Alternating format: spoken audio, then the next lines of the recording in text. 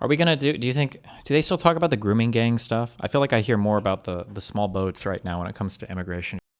Ben Shapiro's take on this 8 years ago, August 16th. So this was the day after Trump's comments. Trump did is he played a double game in his press conference. He said, I'm not talking about neo-Nazis and white supremacists. I think that they're bad, right? But he said also, there were a lot of good people who showed up at these rallies. And then he also said that he didn't know what the alt-right was. So somebody asked him specifically about the alt-right, and he said he didn't know what it was. So we're going to play all of these clips, and you're going to see that Donald Trump provided the alt-right most of what it wanted. The alt-right wants to be known not as a white supremacist group. They want their face to the public to be, we're just defending Western civilization, not white supremacism, even if they are actual white supremacists. And they want the president of the United States to lend them credence, as though they're a bunch of very fine people. This is what the alt-right wants. Okay, we talked on Monday about exactly what the alt-right is. The alt-right's basic creed is that Western civilization is inherently bound up with ethnicity and race, and that white people were the builders of Western civilization, and therefore people of other races and cultures cannot adapt to Western civilization. Right? That is the basic argument of the alt-right. Trump knows that because his chief strategist at the White House is Steve Bannon, who helped promulgate the alt-right and said that Breitbart was in fact a platform for the alt-right, direct quote from Steve Bannon. But Trump played stupid, and in doing so, he gave the alt-right what they wanted. He focused on the left. Again, that's fine, but if you're going to focus on the left, you can't poo-poo the alt-right. Okay, this is the problem on both sides. The left is saying everything he said about Antifa is wrong, and the right is saying everything that he said about Antifa is right, and therefore he's right, or therefore he's wrong. No, he's right about Antifa, and he's totally wrong about the alt-right, and even granting them a smidgen of credibility is morally disgusting. Okay, and that's what he did yesterday. To pretend otherwise is to ignore that when Barack Obama did the same thing to Black Lives Matter, the right went nuts. And rightly so. When Barack Obama granted credence to the people who were burning down Ferguson and Baltimore, the right rightly went nuts. We went nuts. As well we should have. We said he was vague. And the left said, wait, he condemned the people rioting. And we said that wasn't enough. He needed to condemn what they were rioting about. Okay, but President Trump really tried hard to soft pedal this stuff yesterday. So he started off by defending his statement on Saturday. Why exactly, he was asked, why did it take till Monday for you to say neo-Nazis and the KKK and neo-Confederates were bad? Why didn't you just say it on Saturday? Here was his answer. I had to see the facts, unlike a lot of reporters. Oh, that hurts even more. I had to see the facts. So what did you see? Now he can't claim ignorance. I didn't know David Duke was there. I wanted to see the facts. And the facts, as they started coming out, were very well stated. In fact, everybody said his statement was beautiful. If he would have made it sooner, that would have been good. I couldn't have made it sooner because I didn't know all of the facts. Frankly, people still don't know all of the facts. Okay, so this is nonsense. Everyone knew all the facts virtually immediately. Antifa got violent, and then an alt-right protester drove a car into a crowd of people. I don't know where the Antifa violence was, but okay. Who included a bunch of innocent non-Antifa people, and the alt-right people were violent as well. Okay, so he says he had to wait for the facts. First of all, you know that's a tell. Okay, Trump has never, ever in his entire life had to wait for the facts. This is a guy who spent a year proclaiming that Barack Obama, without evidence, was born in Kenya. This is a guy who goes out preemptively and declares Muslim terrorist attacks before all the facts are in. Okay, some of that is not a huge problem, but to pretend that he is the considerate arbiter of the facts is just a joke. Okay, that is not a good excuse from President Trump. It's obviously not a good excuse. He repeated, it must have been 10 times in a 3-minute segment, how he was waiting for all of the facts. Such nonsense, such absolute nonsense, especially since we know from Eliana Johnson over at the Washington Post. By the way, Eliana is kind of conservative, okay? She's a Claremont fellow. When I was a Claremont fellow, Eliana Johnson, who writes for the Washington Post, she reported that Trump had a statement exactly the same as the one on Monday on his desk on Saturday. He was standing with it right there, and he went off script and decided not to say it.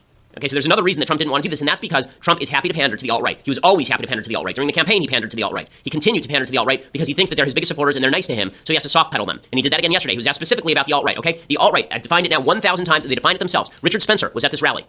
Okay, Jared Taylor, his people were at this rally. The Daily Stormer, neo-Nazis, were at this rally. It was actually pitched like this, okay? The ad promoting the Unite the Right rally, it was designed to evoke a fascist posters, what John Podhoretz writes. He's correct. It invited speakers like Mike Enoch, who hosts a podcast called The Daily Show Up. Augustus Invictus, an alt-right figure who once said, I've prophesied for years I was born for a great war, that if I had not witnessed the coming of the Second American Civil War, I would begin it myself. And Christopher Cantwell, who called himself a fascist, along with Johnny Monoxide, who calls himself fasci. Okay, the march's organizer, Jason Kessler, described the views of the people who showed up. He said, you don't give a damn about white people. You people are implementing policies which are displacing us in our home countries, and we will not be allowed to survive. Okay, the goal of this rally was extraordinarily clear, so much so that Gavin McInnes, the head of the Proud Boys, and a guy with whom I've been friendly, Gavin said, I will not go to this rally because it's infused with white supremacists and neo-Nazis. Okay, the alt-right was a group of people who decided to show up for this rally because they are part of this movement. And the alt-right, and here's Trump being asked about the alt-right, and here is Trump pretending he doesn't know what it is. When you say the alt-right, define alt-right to me. You define it. Go ahead. No, define it for me. Come on, let's go. Define it. The This is after Bannon was part of his campaign and everything to get elected and everything too, right? So it's just crazy. Define it for me. Come on, let's go. Define it for me. It's not a fight. How about you define it? How about you say, if by the alt-right you mean X, then I condemn it. If by the alt-right you mean people who like memes, I don't. Right? How about he could do that? But the defensive-ness about the alt-right is really, truly incredible. And then it gets even worse. And I'll show you the even worse part in just a second. But first, I want to tell you about Upside.com. So right now, Upside.com is the best travel site on the world. You get loans. They know that we say allies are relying on. He says that he's condemned neo-Nazis and white supremacists, but here's what he says. Someone called Ben, so they know that we sent you. Okay, so as I say, he went out of his way not to condemn the alt-right. And then here's the part that a lot of his allies are relying on. He says that he's condemned neo-Nazis and white supremacists, but here's what he says.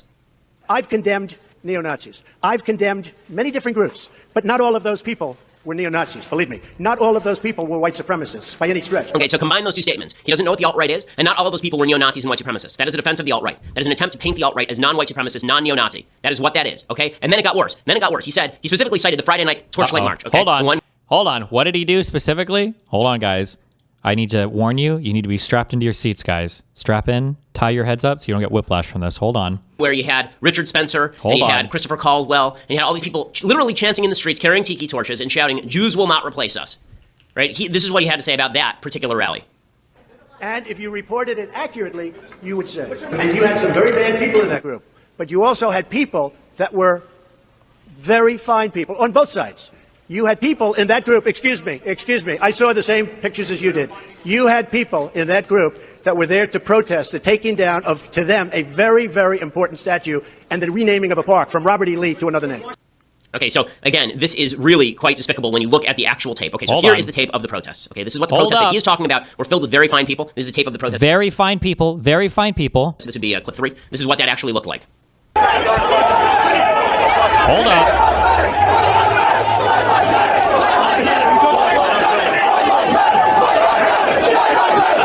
Salute right there? Yeah, it's nice. There are a bunch of those. Screwing White Lives Matter. Okay, Vice has some pretty good tape of all this. They have a 22-minute documentary they brought out about this. The first 10 minutes is really stunning material. The rest of it is Vice's bias, but the first 10 minutes of this is stunning material. Here's what the rally actually looked like on Friday night. Jews will not replace us! Blood and soil! Blood and soil! Blood and soil! Who's drink our streets? Who's drink our streets? Hold up. Protesters. So you can see in the center there, those are the anti-white supremacist protesters. And there's some tape from the actual fights that got started. What just happened? They maced me. Who? I don't know. Pause there for 1 second, okay? So, number one, you see that Friday night, that was not a lot of good people. There weren't some very fine people marching. And by the way, if you find yourself There weren't very fine people. There weren't, wait, what? in a march, just a tip to people. If you find yourself in a march where people start shouting, "Jews will not replace us," maybe you should leave. Maybe you should leave. If you're not a piece of garbage, maybe you should leave. Why is it that even the people who are alt-right friendly, even people who ally with the alt-right from time to time, looked at this Unite the Right event and decided not to show? Why? And then, but somehow, what happened? September 10th, 2024. Fine people on both sides lie. Stand back and stand by, lie. Bloodbath, lie. Where are the ABC moderators fact-checking? Or are their heads too far up Kamala Harris's ass to speak at this point? Ben did one of the most comprehensive mainstream-ish, I guess, of your Daily Show, like breakdowns of why this very fine people thing was what Donald Trump meant.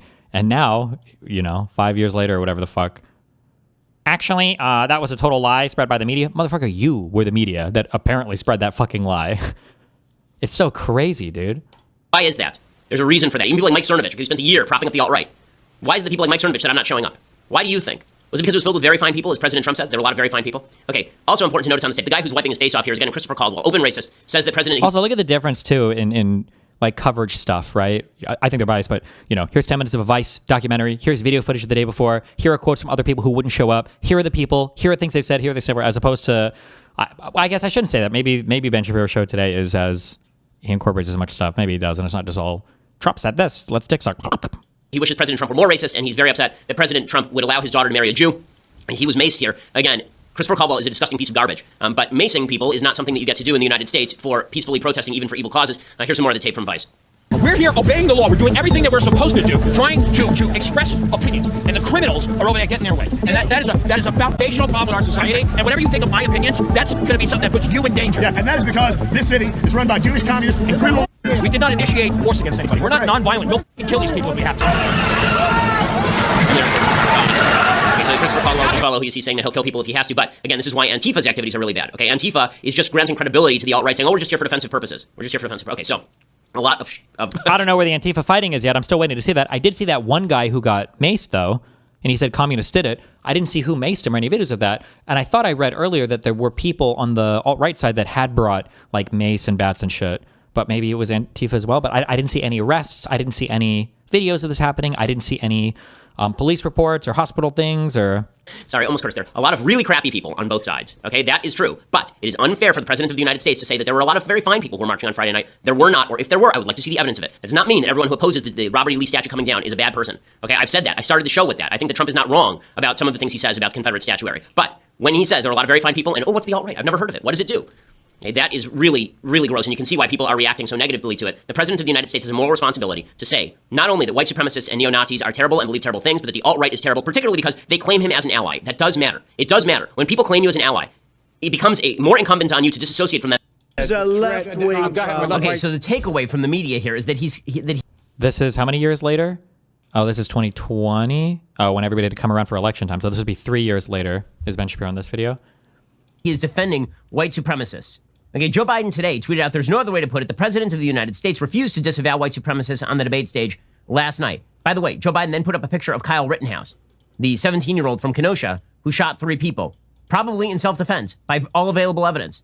There's zero evidence that Kyle Rittenhouse is a white supremacist. Not some, zero. Like, as in none. Zero, zip, zilch. Joe Biden is calling Kyle Rittenhouse a white supremacist. When Joe Biden jumps in and... To be clear or fair, I don't necessarily like the video, but the one video he's talking about, I'm pretty sure was condemning white supremacy violence. And then I think they had like a lot of videos of protests and stuff. And I think Rittenhouse pops up there. I don't think it was like just a picture of Rittenhouse labeling him white supremacist, but I could see how somebody could watch that video and have that takeaway. It's not quite as bad as what Ben is saying, but probably not a good way for that video to be framed. He says, you know, the Proud Boys. Okay, the Proud Boys are probably what you would call alt-right. They're not overtly white supremacist, the Proud Boys. The Proud Boys can get violent. They are not a group that anybody should be associated with. I got a lot of problems with the Proud Boys. They are not overtly white supremacist. They're not. In fact, the founders of the Proud Boys disassociated from the Proud Boys, like Gavin McInnes. This was actually true in the founding. I think the Proud Boys for the first few years tried to stay away from explicit, like, ethno-nationalist stuff. Like, I think they were trying to be a bit different than, like, the Bannon, alt-right, all of that sphere of stuff. They just wanted to be like a far-right kind of extremist group, but not like the weird, like, Jews control the world and we're only for white people and everything. That was one of the reasons why Gavin said he didn't want anybody going there as a Proud Boy or anything like that. He tried, I believe, to disassociate from the Proud Boys when he thought that they were not, that they were associating too closely with white supremacists. In any case, you don't have to defend the Proud Boys. And the bottom line here is that I think the Proud Boys are a bad group. Okay, bottom line here is that if you actually read the exchange that happened right there, if you read the exchange, what you will see is that Trump repeatedly says, sure, I'm willing to condemn white supremacists. Here is the actual exchange. Again, Wallace, are you willing to condemn white supremacists and militia groups? Sure. And to say they need to stand down and not add to the violence in a number of these cities, as we saw in Kenosha and as we've seen in Portland. Okay, so first of all, in Kenosha, that was not a white supremacist group. In Portland, Patriot Prayer is not a white supremacist group. So the basis of the question is in and of itself false. It is not a true statement. And Trump correctly says, I'm prepared to do it, but I'd say almost everything I see is from the left wing, not from the right wing. And I'm willing to do anything. I want to see peace. And then Wallace, being again, we'll get to Wallace in just 1 second. Wallace, who was garbage last night, really bad. Fucking garbage. Okay. Are your rape gang things? Is this like the, is that like your Epstein stuff? Wait, what is this? Hold on. Our rape gang inquiry is only just starting to scratch the surface. There is so very much evil among us. Do not kid yourselves. This is happening now, today, all over Britain. It is an organized criminal network of rape and slavery. It is so much worse than people realize. Rape gang survivor. It was all of the white girls in every home that I went to. And I mean, I've seen girls locked. I remember a man opening the back of a van and I saw maybe 15, 20 girls locked in dog cages. Looked like they're on drugs.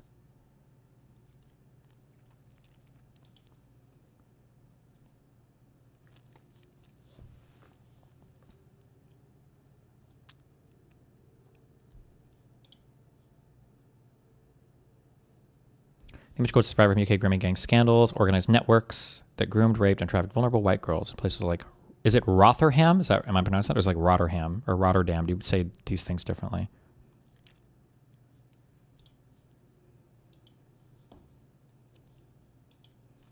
Rotherham?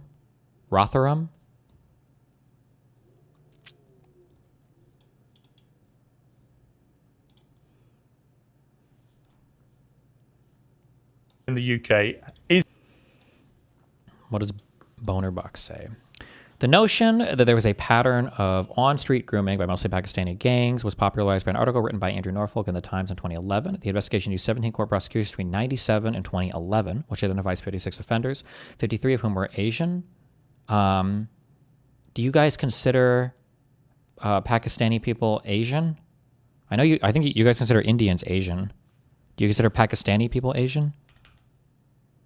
No, yes, no, yes. Yes, yes, yes.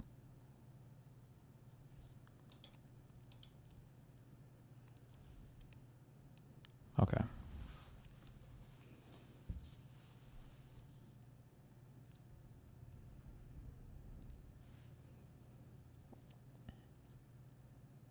In other words, this pattern was based on an average of 4 offenders per year. To put that into context, there were no less than 6,134 convictions for CSA. Is that child sexual assault in the year of 2021 alone?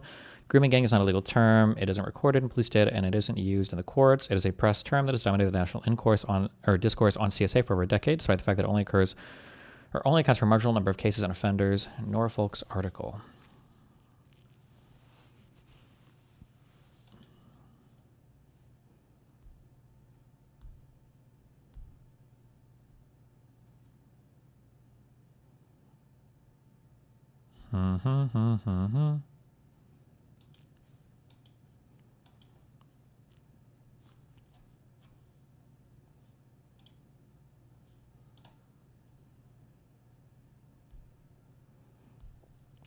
UK police used to routinely dismiss victims as streetwise and consenting child prostitutes. Jesus Christ.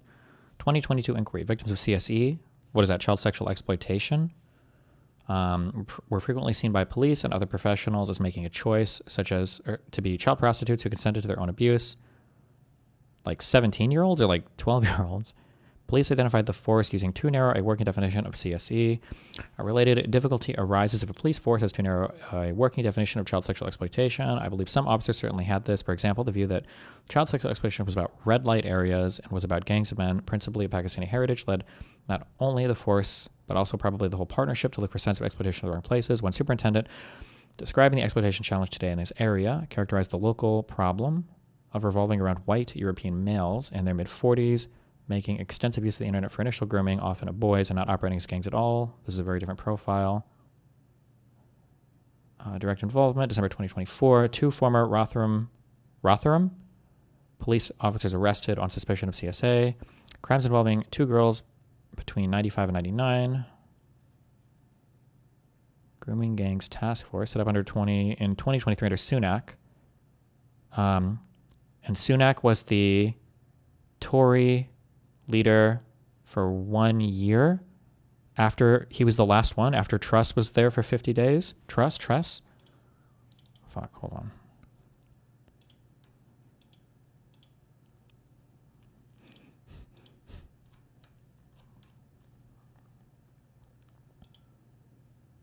Truss.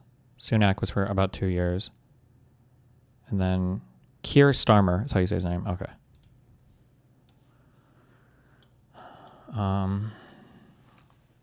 Arrested over 550 suspects in 12 months. Identified and protected over 4,000 victims. Okay, the J Report 2014. Within the council, we found no evidence of children's social care staff being influenced by concerns about the ethnic origins of suspected perpetrators when dealing with individual child protection cases, including CSE. Perception that messages conveyed by some senior people in the council and police were to downplay the ethnic dimensions of CSE. Unsurprisingly, frontline staff appeared to be confused as to what they were supposed to say and do, and what would be interpreted as racist. Too much reliance on traditional community leaders, whilst Pakistani women felt disenfranchised. Women and men in the community voiced strong concerns that other than 2 meetings in 2011, there were no direct engagements with them about CSE over the past 15 years. Frontline staff of the police did not report personal experience of attempts to influence their practical or decision-making because of the ethnic issues. Those involved in CSE recalled a general nervousness towards discussions about ethnicity. Let's see, victim blaming, other failures. We have victim blaming, lack of communication with the wider Pakistani community, focus on local imams, whilst people who had more information were disenfranchised, lack of resources, especially for reach out services, lack of training for frontline police and council workers. Okay.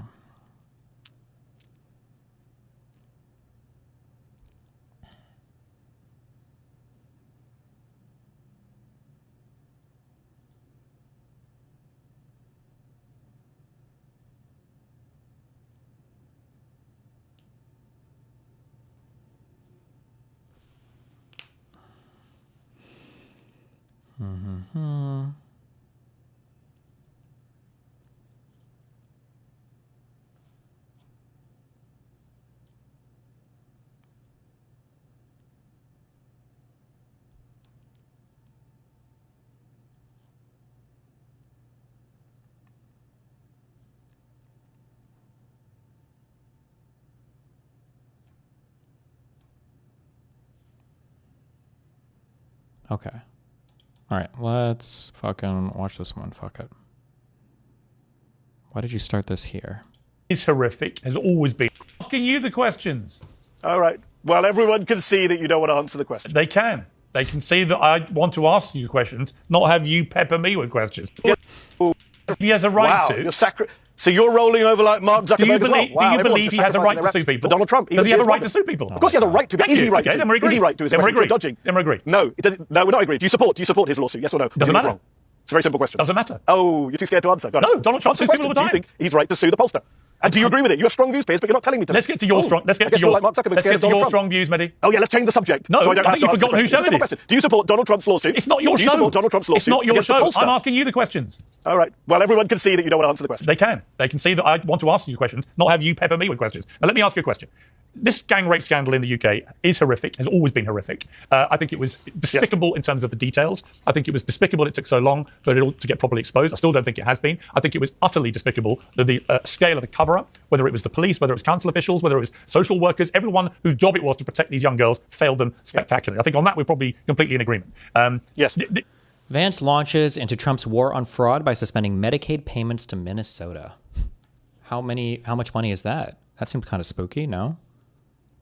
We've decided to temporarily halt certain amounts of Medicaid funding that are going to the state of Minnesota in order to ensure that the state of Minnesota takes its obligation seriously to be good stewards of the American people's tax money.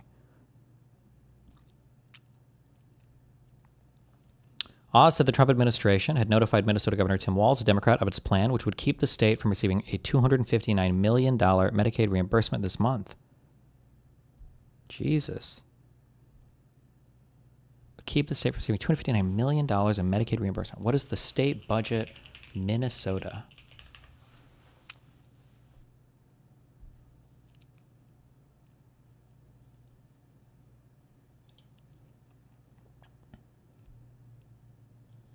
$2025.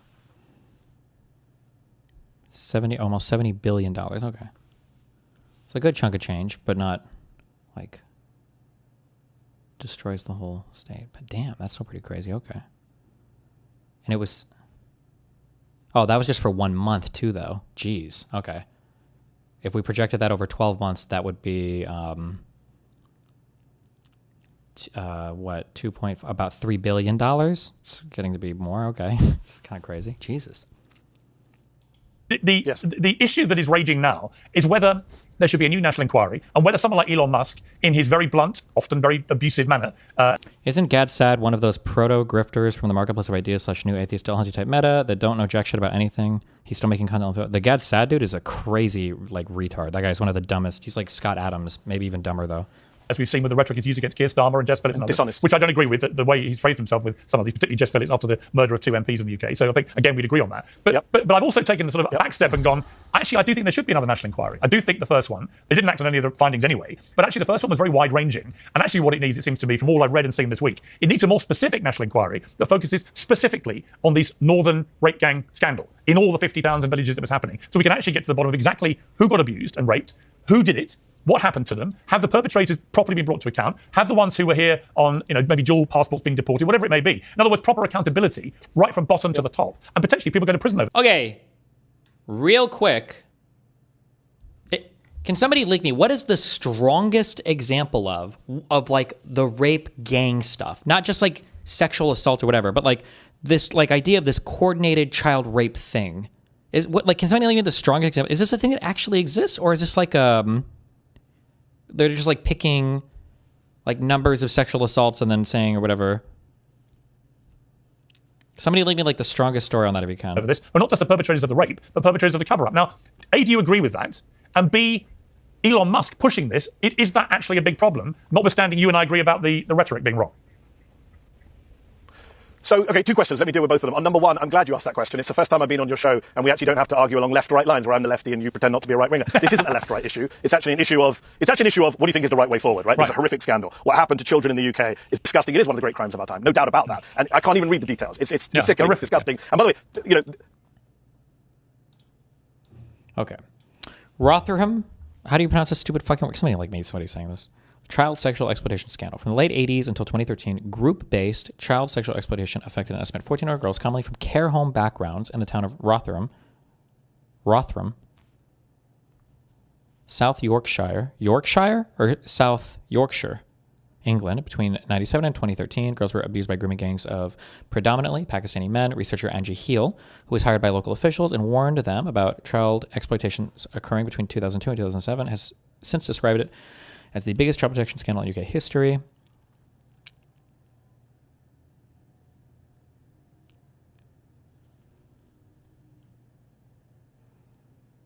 What? And then Rotherham is a constituency? Or just a city? Or these fucking fake named, fake bullshit ass places. Okay, I see.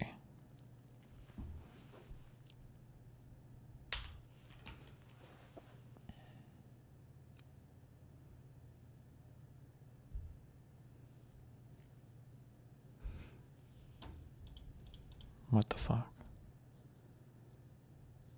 Okay.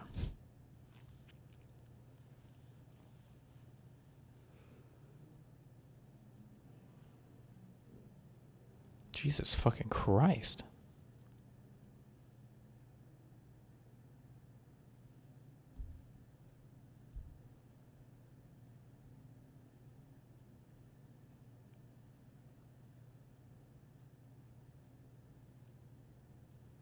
"19 men and 2 women were convicted in 2016 and 2017 of sexual offenses in the town dating back to the late 1980s.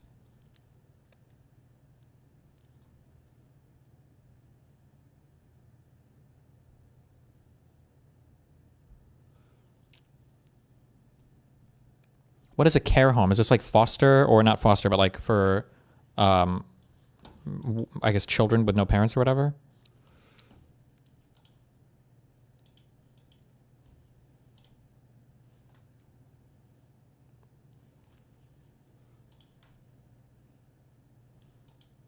Okay. Let me watch these guys go at it. This happened, a lot of this, it's ongoing, obviously. It's an ongoing problem in every country. But, you know, the real scandals happened 10, 15 years ago, and that's what's tragic that we're talking about it now. But I would say to you, look, on the national inquiry point, I don't know, it's not a left-right issue, so I did sit down this week to kind of get my thoughts together. What do I think about this? I'm not an expert on this stuff, nor are you. So kind of I looked at what the experts are saying, and 2 people I respect very much in this field. One is Professor Alexis Jay, who ran the independent inquiry on child sexual abuse. It was a 7-year investigation from 20... What are we doing in my YouTube chat? Why are we speaking foreign languages right now, guys? Can you fucking chill?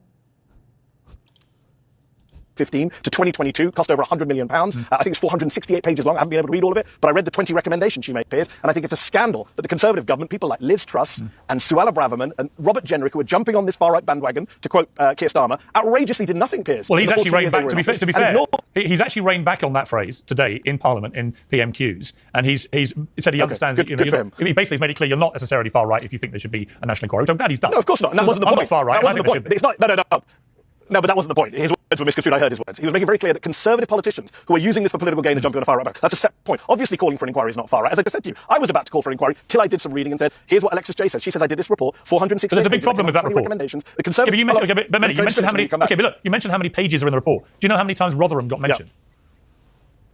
No, but she did a separate report on Rotherham. No, but do you know how many times it got mentioned in the national report? But she did a report on Rotherham. No. She did a specific... You know, there's an independent report on Rotherham. What about the national report? Do you know how many times it got mentioned, Rotherham? No. Once. So the absolute... She also did a separate... She also did a separate... No, my point, though, is that the... Why, God, the counter-signaling is so cringe. I don't understand why these blue MAGA snarkers are attacking my boy Hutchinson for being an actual liberal. I heard someone on his stream unironically argue for banning certain political parties. Blue snarker. Blue MAGA snarkers. What? Okay. Epicenter of this scandal was Rotherham. And yet it merited one mention in her national report. And that's the point that people are making, which is actually, that national report was so wide-ranging, taking in all sorts of different kinds of abuse, that it couldn't properly focus on this actual specific scandal of predominantly British Pakistani men abusing young white girls. That's the scandal that needs a proper laser-like focus, I think. Well, okay, and that's fair enough. I think that we can debate about the Pakistani man angle. There's a big debate about the ethnicity factor, as you know. But just one last point. Not really. The vast majority were British Pakistani. Can I finish a sentence? Well, they were. That's not true. In those specific towns, yes, but as a phenomenon in the UK. What do you mean it's not true? As a national phenomenon, the Home Office... Can I finish a sentence, Piers, or are we going to get through this interview? Every time I start a sentence, you interrupt me. Go on. The Home Office, under a Conservative government, in 2020, put out a report, not sure if you've seen it, got a lot of coverage, saying that the majority of men in grooming gangs, which is not a great phrase, are white men under the age of 30. That was the survey data that they found. They said we need more research. It's not a hard and fast result. We don't have enough ethnicity data. Do you know a lot of police forces, Piers, 30, 40, 50% of victims of perpetrators, they just don't register the ethnicity. How many white men? How many white men? Gangs, okay. How many white That's men? not to say specific how many gangs white in men have been Rotherham and charged? Rochdale and Telford were brown. Okay. So let's just focus on...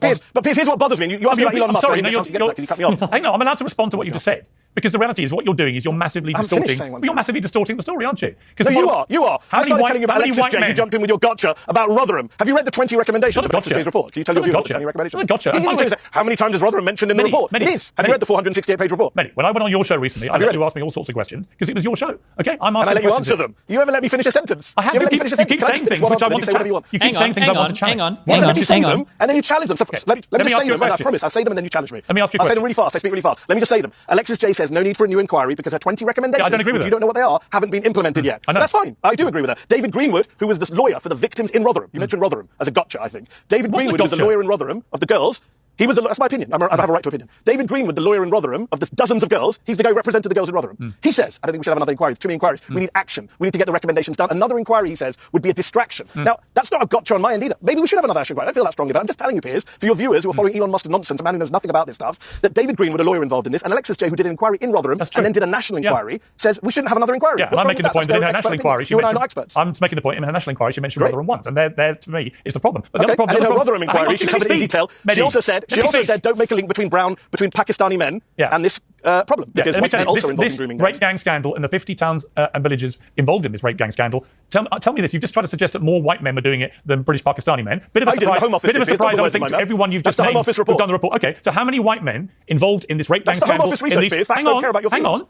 How many white men have been taken to court, charged and or convicted of raping these white girls in these 50 towns and villages? Just for the record.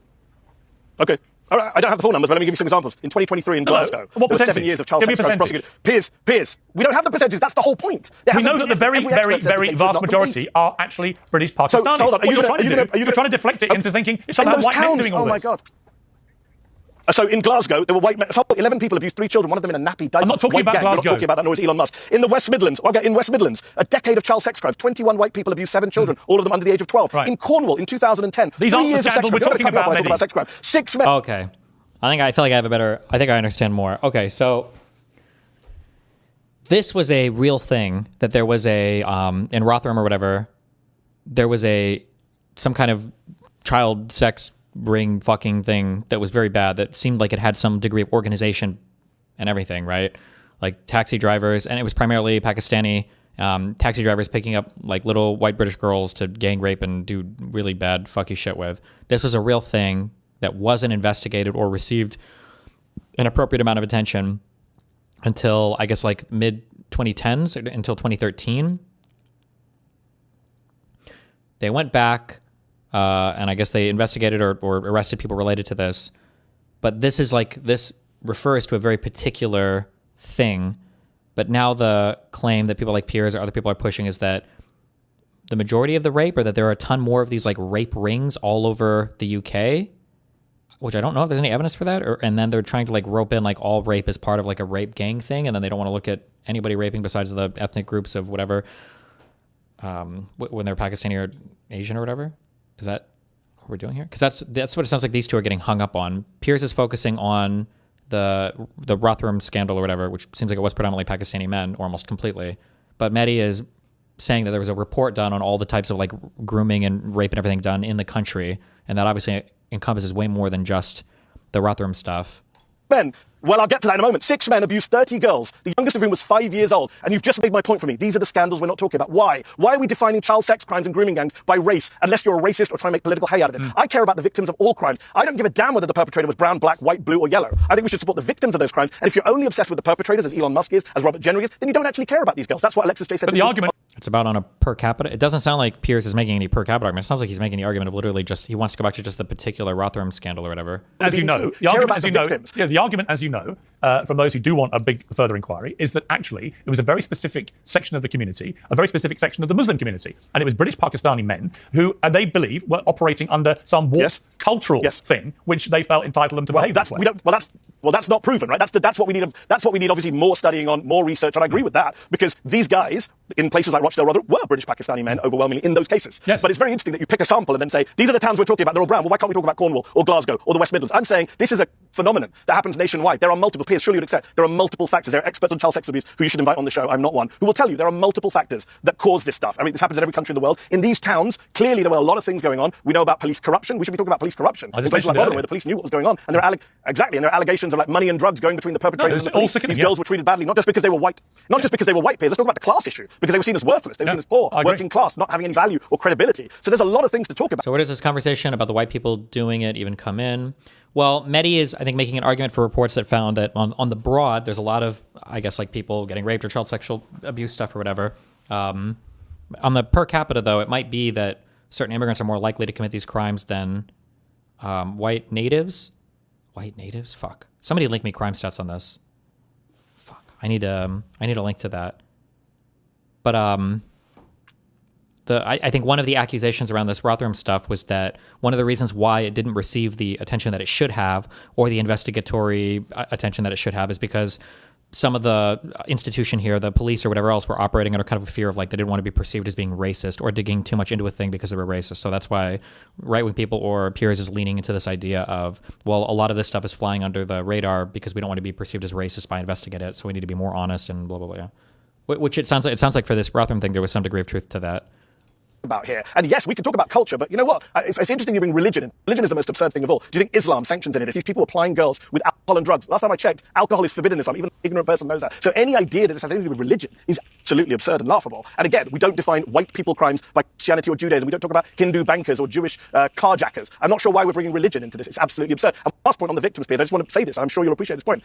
The victims were overwhelmingly white, right? But they weren't only white. There's this new thing going on that these brown men decided to target white girls because they're seen as outside the community and fair game. Not true. If you read Alexis Jay's report on Rotherham, then you'll see she points out that there were a lot of young Asian girls who were also abused by these men, but who didn't come forward because of, quote unquote, the shame in their community, their parents saying they'll never get married. So there are actually a lot going on here that we've just glossed over. And Elon Musk coming in with his disinformation, his racism, his Islamophobia, championing Tommy Robinson. Surely you would condemn the championing of an Islamophobic, violent bigot like Robinson, and lying that he's in prison because he uncovered this. Robinson had nothing to do with this. I literally have been doing that for the last week. You know, Piers, good. And Piers, you know that Tommy Robinson almost jeopardized a trial against a bunch of brown guys in Huddersfield with his contempt of court antics. Twice, he nearly wrecked 2 trials. He's not a champion of the victims of gangs. No, he's not. What do you say? I'm genuinely curious what you think of this. You know, I said on X yesterday that Tommy Robinson is, to me, is the embodiment of an Islamophobe. He's Islamophobic. And there's plenty of examples of where his rhetoric, I think, stacks it up. To which a lot of people, including Gad Saad, who's coming after you, say there's no such thing as Islamophobia. That's the argument that they come up with, which is there is no such thing as Islamophobia, that you're allowed to be as critical as you want of Islam without being accused of being an Islamophobe. What do you say to that?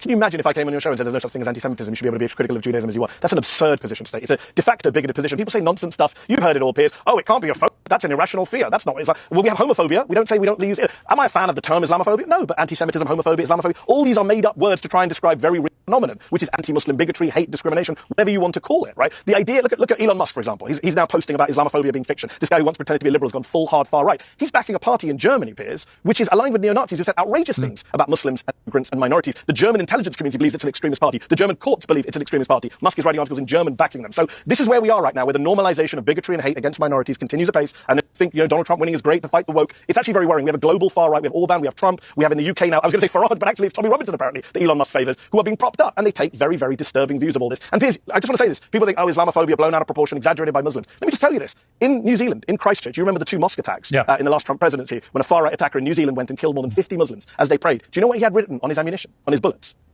He had 4 Rotherham written on his bullets, right? That is what happens when you politicize scandals, politicize controversies, turn very real problems into, pawns in your political game, into weapons to attack minorities. What happens is extremists then jump on that. That's what Keir Starmer was talking about. There is a far-right bandwagon. In Rotherham, an 81-year-old grandfather, Piers, in 2015, was beaten to death by a gang who shouted groomer at him, right? So I'm not saying we shouldn't talk about this stuff. I'm on your show talking about it. I'm just saying how we talk about it is so important. Is there also, fair enough. Is there also a problem, as the likes of Tommy Robinson have been screaming about now for a long period of time, albeit, in my estimation, purely for his own self-gain, but is there also a genuine problem in the way that Muslims in Britain who've come into the country have assimilated into communities? We have as many Muslims in Britain, I think, as America has, even though they're 5 times the size. Are there legitimate concerns that you might have about the way Muslims have assimilated or not? Is it fair to even ask the question? Of course it's fair to ask the question, and I've asked the question myself. I've written about multiculturalism and integration and all these issues for over 20 years, back when I was in the UK for The Guardian, for The New Statesman. Again, it's how to do it, right? It's not, my problem with The Telegraph and parts of The Times, and of course the Daily Mail and the Daily Express, is they do it in a jingoistic, belligerent, one-sided manner. I just gave you the example earlier. We talk about rape gangs. Let's talk about rape gangs. You only talk about Pakistani men. Why aren't you talking about the people in Cornwall or the West Midlands or Glasgow? That becomes a problem. I want us to be able to talk about this in a way that is fair and not discriminatory, and not tropes about, oh, brown men are coming here to rape our daughters. That kind of stuff, Piers, I think you would agree is not helpful. Are there issues with integration in places like in some northern towns? Yes, by the way, integration is a two-way street. There's been a lot of white flight from some of those areas. There's been a lot of issues with white working class communities, as you know, with those areas, with deindustrialization, with globalization. There's a lot to get through here. It's not an easy topic. And if we're going to make sweeping generalizations about Pakistani men, well, the mayor of London, just elected for a third time, is the child of Pakistani immigrants. Why are we not talking about the success story that is the UK, which has a Muslim man as the first mayor of a major European city? Or in Scotland, where they elected a Muslim man to be the first Muslim British Pakistani descent, Hamza Yusuf, who was last year the first Muslim leader of a Western nation, right? There have been huge success stories that we don't talk about. Mehdi Hassan, good to talk to you, as always. Thank you very much. Thanks. Somebody, you were watching very carefully there, very intently. What do you make of what he said?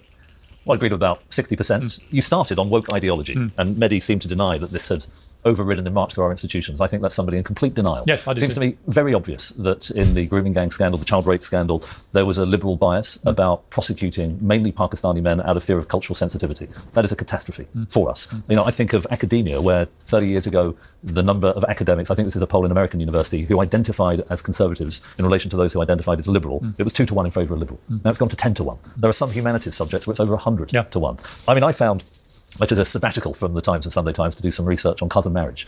I think this is a scandal in this country. Very high proportion of people having cousin marriage. There are problems with cultural integration, because when you marry cousins, you stay within a sequestered group and you don't integrate effectively. Also congenital difficulties because of genetic recessive disorders. I would phone scientists who had written papers. I wouldn't get a call back. They were worried about talking about... Terrified of putting their... Because it's predominantly Pakistani community. And there was a piece of evidence in a paper that I found out off the record that showed...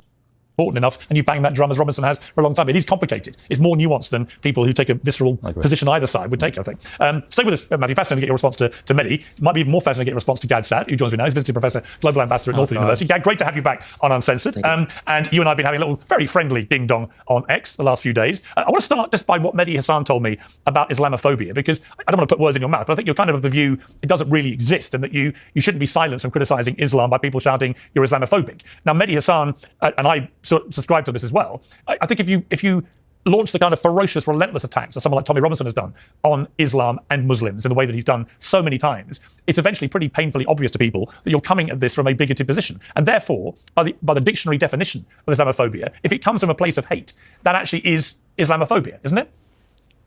Thank you so much for having me back, Piers. The devil is in the details, right? So if I were to say that Jews are inherently diseased, they are degenerates, they are evil, they're parasites, that would be anti-Semitic. If I say there are teachings in the Torah that are abhorrent given today's moral codes, that wouldn't be anti-Semitic. So if you were to make dispositional statements about individual Muslims, that would be Muslim bigotry. But if you say anything you want about the codified content of Islam, then by definition, that cannot be Islamophobic. Okay, so let me play you a little mashup of examples, I would say, where Tommy Robinson has displayed Islamophobia by the criteria in the dictionary. Let's take a look. We will unify every community against the hostility and barbarianism of Islam. I'm not racist, I despise racism. Islam is not a race, Islam is a fascist, violent ideology which masquerades as a religion. Every single Muslim watching this video on YouTube, on 7/7, you got away with killing and maiming British citizens. But we embrace migrants that come to this country and love it. The problem is Islamic migrants... Okay. Last meme. I don't know how much I'll dig into Tommy Robinson or not, but supposedly Constantine does a whole bunch of, should I say whitewashing for a white guy? Sane washing? I don't know of his views here. I'm not sure. I've gone from being spat at, to being punched, to being hugged, to being embraced. Before we get into all that, though, the one thing that I think is really important is for us just to understand for our audience and for ourselves, what's your story and who you are and how you got here, right? And I think that's a really big part of it that gets missed very often. People I love this guy. I don't even know anything about this guy. have an idea about you, as I once did, by the way. I will say this, right? But they do not have the full picture. So let's talk about that. Tell us why you were here. So that idea, I remember 2015 was the first chance I got to the presentation of my life. It was Oxford University. Yeah. I walked into Oxford University, everyone hated me. I was getting booed, shouted at, screamed at. You know when you go to Oxford University Debating Society, you get a 3-course meal. I didn't get any of that, yeah? I was invited in, but by the end of the presentation, I got standing ovation. And all the people there said, I didn't know any of this, yeah? And I brought them back every time to growing up in Luton. And I remember saying to the audience, I don't know where you grew up, but please picture yourself. I'm going to tell you my story, what I saw growing up, what happened to my family members, all the changes I saw, and then ask yourself what you would have done. Keep asking yourself, what would you do if you saw this? So yeah, I was born in 1982 in Luton Town. My mum was an Irish immigrant to Luton. She's one of 8 from a poor family. And I grew up in a town that is one of the most diverse and multicultural towns in Europe, actually, in Europe. So I saw firsthand what it's like to grow up in a multicultural community, but also what it's like in a town that, when I was born, had one mosque in 1982 and now has 45. Whoa. So we're nearly at 50% Pakistani population of Muslims. And I saw the problems from that. And I spoke about them. And I guess when people say I'm guilty of things, I'd say, yeah, I'm guilty of being a decade ahead. But that's not because I had some golden light bulb or could see into the future. I just saw my hometown. I saw from growing up as a child to what had happened. And when I grew up, and again, I'll start off. So if you line all my friends up and you get 30 of us, the majority of us are sons of immigrants, whether it be St. Lucian, Bulgarian, Italian, Irish, all of us are sons of immigrants. Yeah? I went to school. Some of the best people I met growing up, some of the people I love from growing up are Muslim. But that doesn't change that there's a massive problem. So talk to us about that, Tommy. You mentioned, look, I imagine most people listening to this can imagine what happened. Wait, do you think Tommy... Wait, so what is Tommy Robinson's background? Where did his parents come from?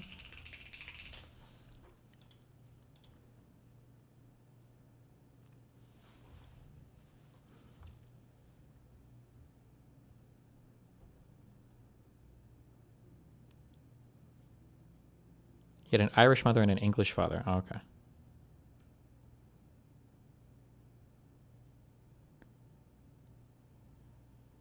Is Irish considered English?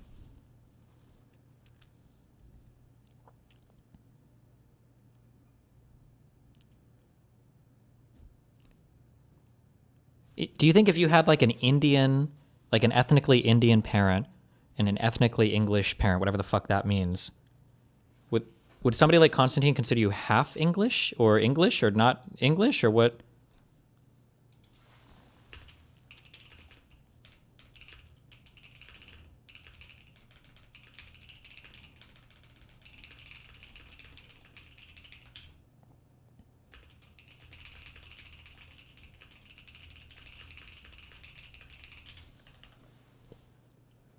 Happens when a place goes from being mostly one group of people to mostly another group of people, right? And we have friends, we have a close friend of ours who grew up in Bradford, right? And he talks about what he experienced as a white guy in a mostly Pakistani school, right? Most people don't think about that. So when you talk about problems, right, what do you mean? Like, give us the example. So I mean that going to school, so when I noticed it when I got to high school, or even just, I talk about when we used to have an under-18s nightclub, and when people talk about racism and victim of racism, so I've been a victim of racism untold times. I remember going as a young group of lads going to an under-19s nightclub where we had to walk through the town. We'd get robbed, we'd get spat, in the end we had to hide our money in our socks, because every time you went, you got robbed and mucked by Pakistani gangs. You get called a dirty gullah, little white boy, slapped around. So when people talk about racism, I think, I've experienced it my whole life. I've seen it my whole life.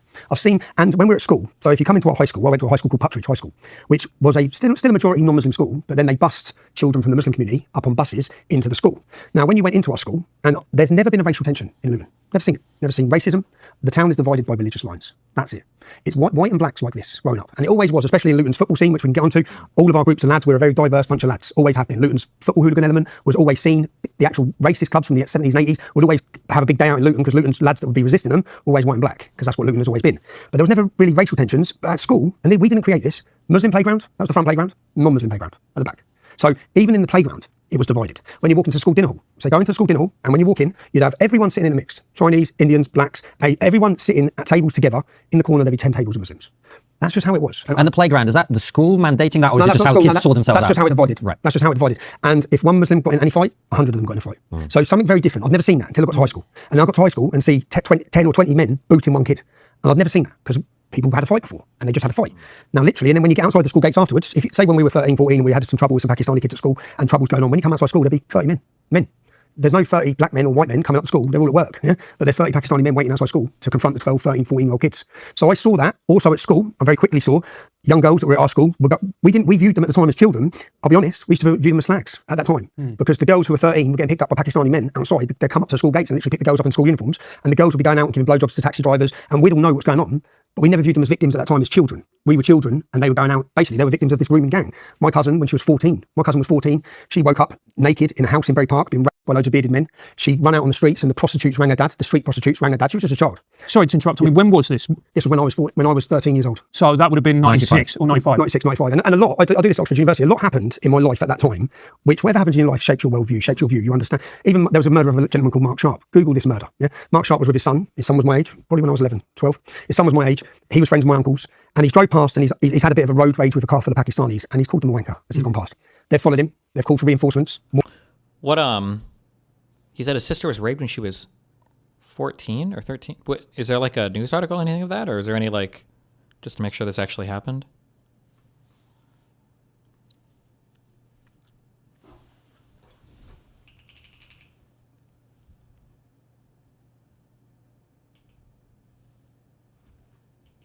Oh, it was his cousin? Ugh. I feel like that's like vague enough that... Okay. More cars have turned up. As he's got out with his 12-year-old son to get a takeaway, they've jumped out, they've beaten with bats, beaten with poles. There was an explosion of violence in Luton that we didn't understand at the time, coming from the Muslim community. When we go back and speak to the elders in our community, it seemed to have been stemming from the Gulf invasion. After the Gulf, something was happening in Luton. They've followed him. And he's drove past. Mark Sharp was with his son. Shapes your worldview, shapes your view, you understand. Even there was a murder of a gentleman called Mark Sharp. Google this. Mark Sharp killing United Kingdom.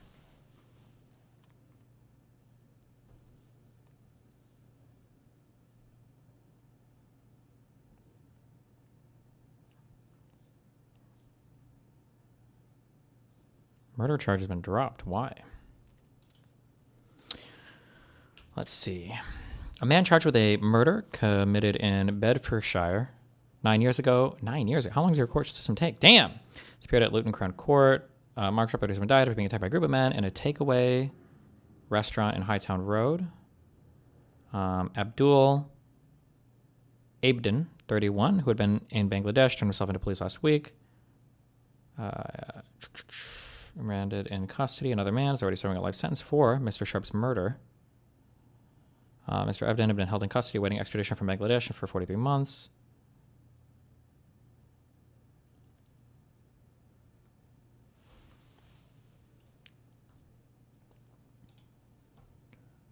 Road rage. Murder charge dropped.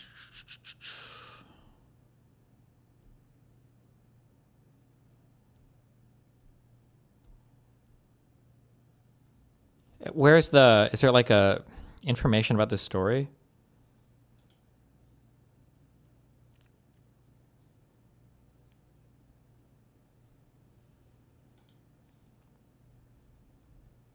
Callous yarn burglar denied knowing pal Mark Sharp, who died driving stolen off-roader in A19 Special. Okay. Okay.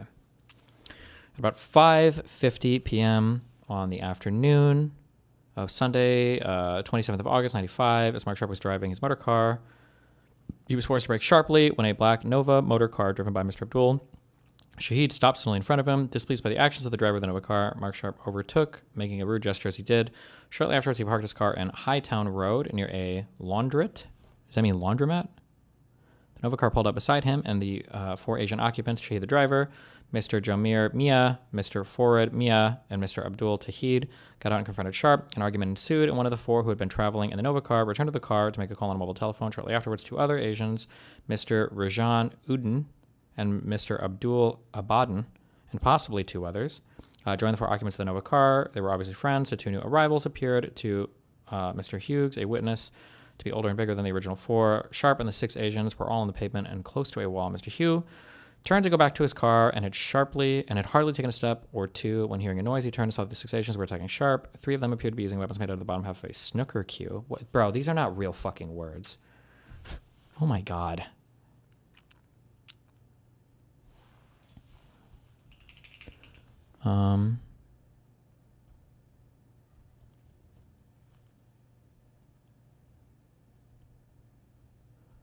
The 2 new arrivals appeared to be Mr. Hughes, a witness, to be older than the original 4. Sharp. The 2 new arrivals appeared to be Mr. Hughes, a witness. Wait, so 2 different people?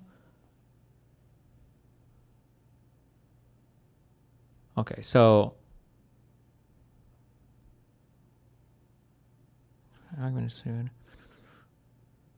There's 2 other Asians, possibly 2.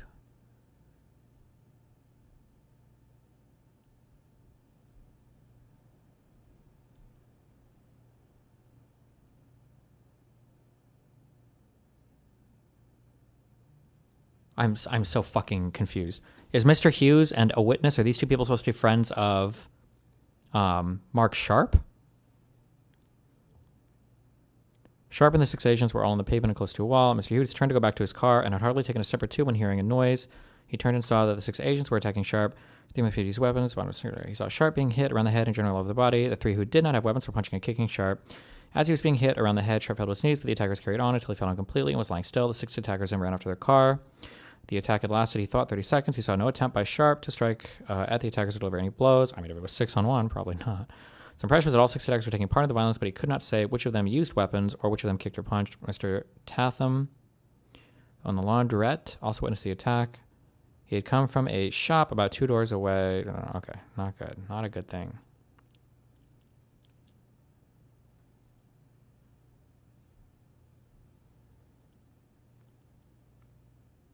He died 3 days later. 5 of those who were said to have taken part in the attack were arrested and charged with the murder of him. The 5 who were charged were tried on the Crown Court at Luton before Mr. Justice Dyson and a jury. These 2 were convicted of murder and sentenced for life. Other 3 were acquitted from murder but convicted of manslaughter. Okay.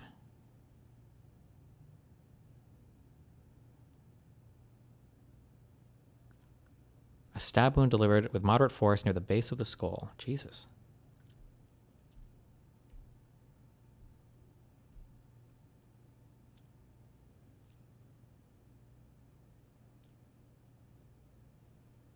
Okay.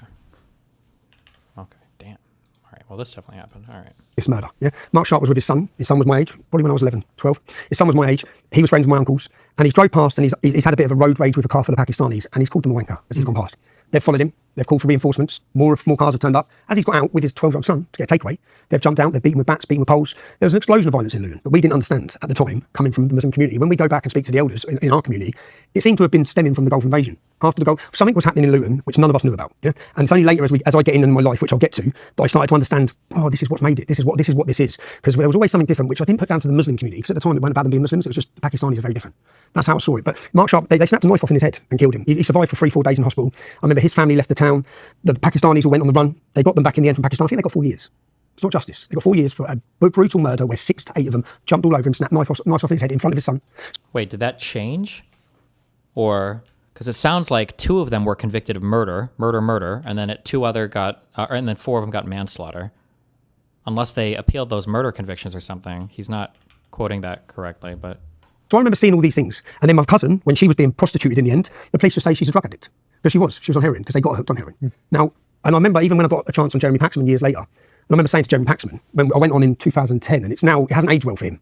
And when I went on the chat show, I said, they're picking our daughters up from schools. They're picking our sisters up from schools. The gangs are operating so different. They're not challenged. And he was like, really? You expect us to believe this? I remember saying, Jeremy, do you know anyone who's hooked on heroin sold to them by a Muslim gang? You don't. I do. Do you know anyone who's been killed by a Muslim gang? You don't. I do. Do you know any girls that now wear full niqabs that aren't allowed to see their family? You don't, do you? I do. Do you know anyone who's been prostituted and groomed? You don't, do you? I do. Yeah? I said, so I don't expect you to understand, but I do expect you to listen, because this is happening in town. The reason why the English Defence League has gone bang is because what I've seen is mirrored across every working class community in this country. If Islam was to evolve, which it needs to evolve to fit in with Western democracy, which is clearly not. Clearly, there's a problem. Clearly, the English Defence League is a phenomenon that swept this country. And with the issues I'm talking about, Jeremy, if I ask you, do you know anyone that's hooked on heroin sold to them by Muslim gangs? You probably don't. I do. Do you know any beautiful girls that you went to school with that are now wearing a burqa that don't see their family? Probably don't. I do. Do you know anyone who's been murdered by a Muslim gang? You probably don't. I do. Do you know any 15-year-old girls that you know that you've grown up with that have been raped or pimped? You don't. So I don't expect you to understand These are all personal issues of yours. Personal issues in towns and cities like mine that are happening, and they're not happening with the Sikh community. They're not happening with the Jewish community. And indeed, they're not happening with most Muslims. No, they're happening within the Islamic community. That's what I'm saying, that it's an Islamic problem. And when I'm just a simple person, so I'm just a normal person, but when I'm looking at, I have to look for where this hatred is coming from. So are you seriously suggesting there aren't white drug dealers and there aren't white gangs? Of course I'm not. No, or Sikh gangs or any other kind of... No, I'm not. But I'm saying some of these specific issues are coming from the Islamic community, solely the Islamic community. Terrorists wanting to blow us up, constant hostile activity towards our youth. All these problems, and from sitting back, there's got to be something it's coming from.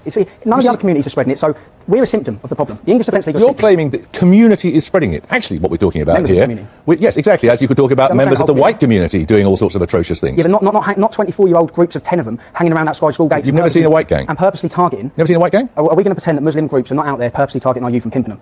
Are we going to pretend it's not? You're not pretending white people aren't doing that? They're not in the same manner, not in the same group. They're saying it's a cultural thing which is going on within their community. So I grew up in Luton. I've seen all these problems, and again, I'm going to reiterate again.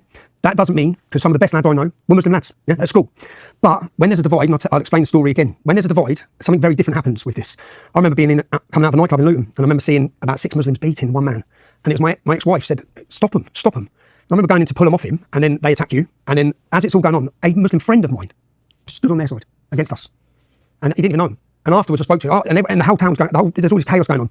It's us and them. The divide, you can think you're friends, it's us and them. When that divide line comes, it's us and them. And that divide, which I never understood again, I'll tell you the moment Oh, that's true, actually. Wait, for the Mark Sharp guy, well, hold on.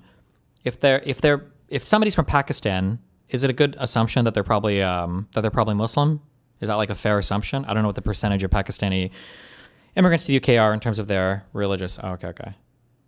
Are these names? I don't know. When I see names and I don't recognize where the fuck it comes from at all, my assumption is they're Pakistani. Are these names all Pakistani names? So it's probably a fair assumption that these guys were Muslim, right?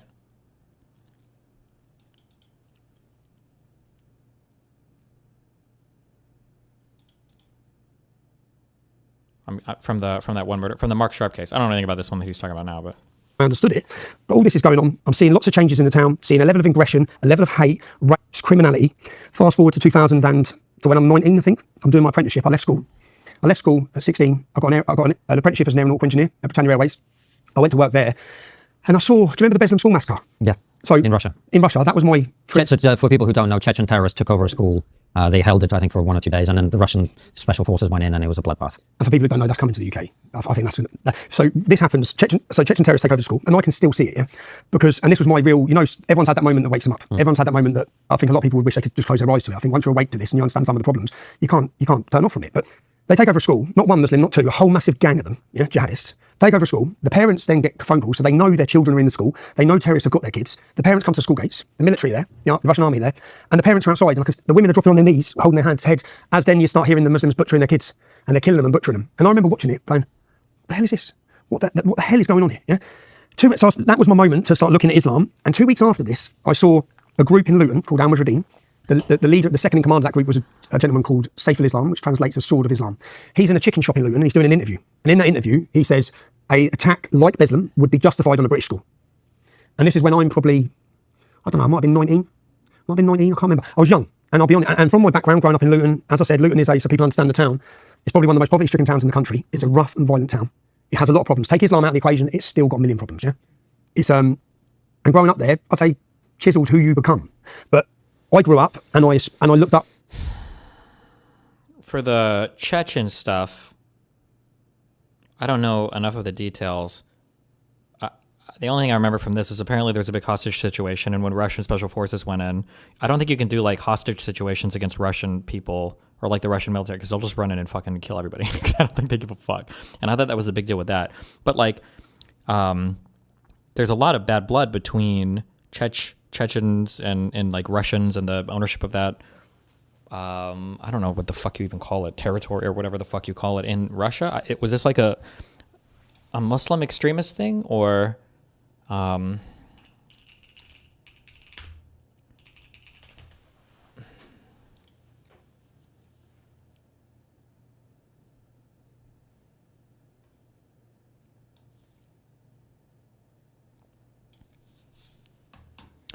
the Beslan school siege, also referred to as the Beslan school hostage crisis or the Beslan massacre, was a terrorist attack that occurred from September 1st, 2004 to September 3rd, 2004, lasted 3 days, involved the imprisonment of more than 1,100 people as hostages, including 777 children, and it ended with the deaths of 367 people.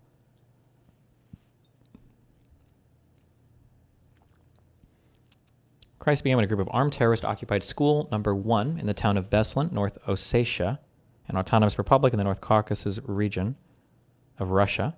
On September 1st, the hostage takers were members of the Riyadus Salihin, sent by the Chechen warlord Shamil Basayev, who demanded Russia withdraw from and recognize the independence of Chechnya. On the third day of the standoff, Russian security forces stormed the building. I don't know the details about this. I just know that I think it's the second Chechen war or whatever, is considered like one of the most destructive, like Russia basically just bombed and shelled like entire cities out of existence. This was like Aleppo before Aleppo. So would I call this like Muslim extremism? I mean, like even if they were Muslims, I feel like this is like territorial, crazy war of independence. Like, I'm not saying this is good. You should never do terrorist attacks, but I don't know if I would just look at something that's like, oh, Muslim extremism. Oh, maybe the first Chechen war was bad, not the second one. Sorry, I might have them mixed up.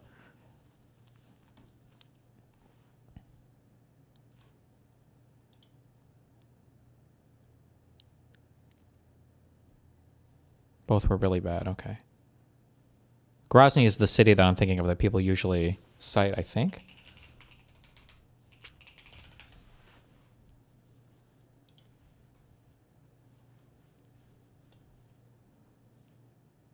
Grozny 2014 bombing?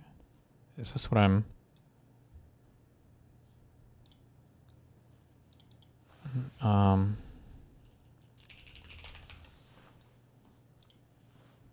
Jesus fuck.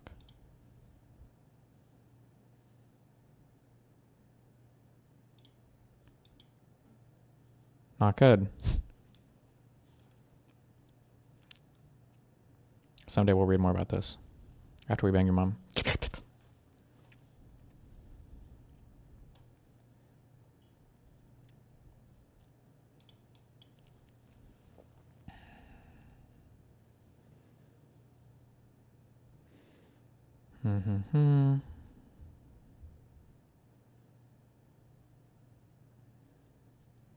Okay. Up to my uncle's rule. I feel like it's a little crazy to see this and be like, oh my God, this is coming to the United Kingdom. I feel like that's kind of a crazy extrapolation, but okay. And then as it's all going on, a Muslim friend of mine, lots of changes in the town, seeing Britannia Airways. I went to work there. Terrorists took over a school. School massacre. Yeah. So in Russia. In Russia, that was my trip. So for people who don't know, Chechen terrorists took over a school. They held it, I think, for 1 or 2 days, and then the Russian special forces went in, and it was a bloodbath. And for people who don't know, that's coming to the UK. I think that's so. This happens. Chechen. Like that's okay. So Chechen terrorists take over the school, and I can still see it, yeah, because and this was my real. You know, everyone's had that moment that wakes them up. Everyone's had that moment that I think a lot of people would wish they could just close their eyes to it. I think once you're awake to this and you understand some of the problems, you can't turn off from it. But they take over a school, not one Muslim, not two, a whole massive gang of them, yeah, jihadists. Take over a school. The parents were they actually jihadists even? Fuck, I don't know enough about the background and everything of Chechnya or whatever, or what they were even. But it's. I feel like this is kind of a weird retelling of the conflict between Russia and their hold on Chechnya or whatever. But okay. Then get phone calls, so they know their children are in the school. They know terrorists have got their kids. The parents come to the school gates. The military are there, the Russian army are there, and the parents are outside. And the women are dropping on their knees, holding their heads. As then you start hearing the Muslims butchering their kids. And they're killing them and butchering them. And I remember watching it, going, "What the hell is this? What the hell is going on here?" Yeah. So that was my moment to start looking at Islam. And 2 weeks after this, I saw a group in Luton called Al Mujahideen. The leader, the second in command of that group was a gentleman called Saif al-Islam, which translates as Sword of Islam. He's in a chicken shop in Luton and he's doing an interview. And in that interview, he says a attack like Beslan would be justified on a British school. And this is when I'm probably, I don't know, I might have been 19. I can't remember. I was young, and I'll be honest, and from my background growing up in Luton, as I said, Luton is so people understand the town, it's probably one of the most poverty-stricken towns in the country. It's a rough and violent town. Destiny, they were actually all transgendered. Okay. It has a lot of problems. Take Islam out of the equation, it's still got a million problems, yeah? It's, and growing up there, I'd say chiseled who you become. But I grew up, and I looked up to my uncle's rule lead members of Luton's football hooligan scene. So whilst I went to school, stayed out of trouble, I was always in the group that was getting in trouble, the likely lads, but I never got involved in any criminality, whereas a lot of the kids I grew up with did. My mum, probably because of my mum and my parent and her parenting, my mum was strict, but I done my apprenticeship. But when I saw this, I was a young lad full of testosterone, and I used to go to the football element with Luton Town football scene. And when I watched this Muslim say this, I thought, who's this man? And then I looked at him, and I understood Al Mujahideen. Now remember, there wasn't a terrorist attack in the UK till 2007, was it? So there hadn't been a terrorist attack. No one understood jihad. Yeah. I look at this group, Al Mujahideen, who are now a prescribed terrorist organisation, but at the time they weren't. And I look and they're holding weekly events in our town centre outside Don Miller's bakery, outside the local bakery. So I looked at them, they were a global caliphate network, and their head office was on Biscuit Road, which is where we're from. And it's like, who the hell are this lot? And in my presentation at Oxford University, I showed, so after September 11th, like when you went to your local shops, I don't know what it was like, but at my local shops, there was not pictures of the 19 suicide bombers with Magnificent 19. It was celebrated in Luton. It was celebrated at a local college. They held a march for the anniversary, first year through the town centre. So it was celebrated. September 11th was celebrated. Openly. People just openly celebrating posters terrorist everywhere. attack. Look at my presentation at Oxford University. I showed the posters at my shop, and all over the phone boxes, all over the shop. Does anybody have a link to this? Is this true or? It's Magnificent 19. Yeah, it was celebrated. And so I looked at this group, and I went down the town centre the next Saturday, and I'll be honest, it was celebrated to them. And I looked at, they were a global caliphate network, and their head office was on Biscuit Road, which is where we're from. And it's like, who the hell are this lot? And in my presentation at Oxford University, I showed, so after September 11th, like when you went to your local shops, I don't know what it was like, but at my local shops, there was not pictures of the 19 suicide bombers with Magnificent 19. It was celebrated in Luton. It was celebrated at a local college. Luton, September 11th, Muslims celebrating what? Okay. City Journal. Jihadist mullahs urge 1,000 followers to learn the murderous lessons of the World Trade Center attacks.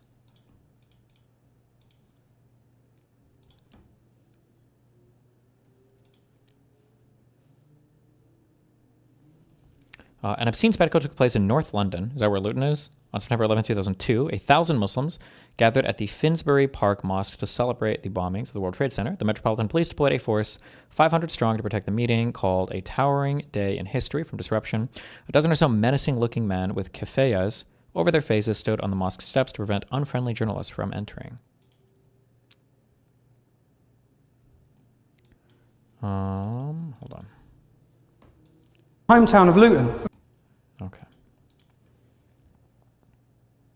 The celebration began promptly at 1 p.m. so that participants could applaud the action of the WTC bombers at exactly 1:46 London time, the exact time a year earlier when the first plane hit its targets in New York. Chairing the meeting was Abu Hamza, an Egyptian-born engineer turned Muslim mullah who presides over the notorious Finsbury Park Mosque, where several of the detainees in Camp Delta, Guantanamo Bay, captured fighting for the Taliban and Al-Qaeda, received their theological training. Hamza also reportedly recruited to the jihad Richard Reed, the would-be shoe bomber who failed to blow up fuck this guy. This is the guy where we all have to fucking do, where we had to take our shoes off and everything for TSA, although I think they got rid of that like a year ago finally. Maybe, I think. The good imam is implicated as well in the training and instigation of Zacharias Moussaoui under arrest on suspicion of conspiring with the 19 murders of September 11th.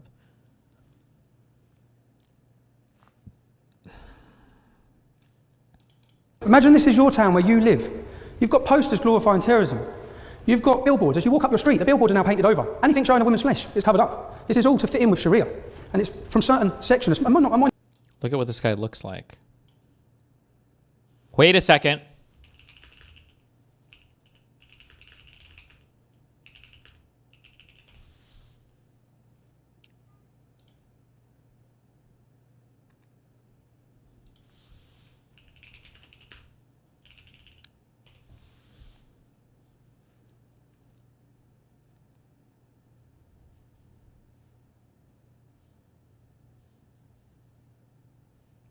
Does this guy kind of look like,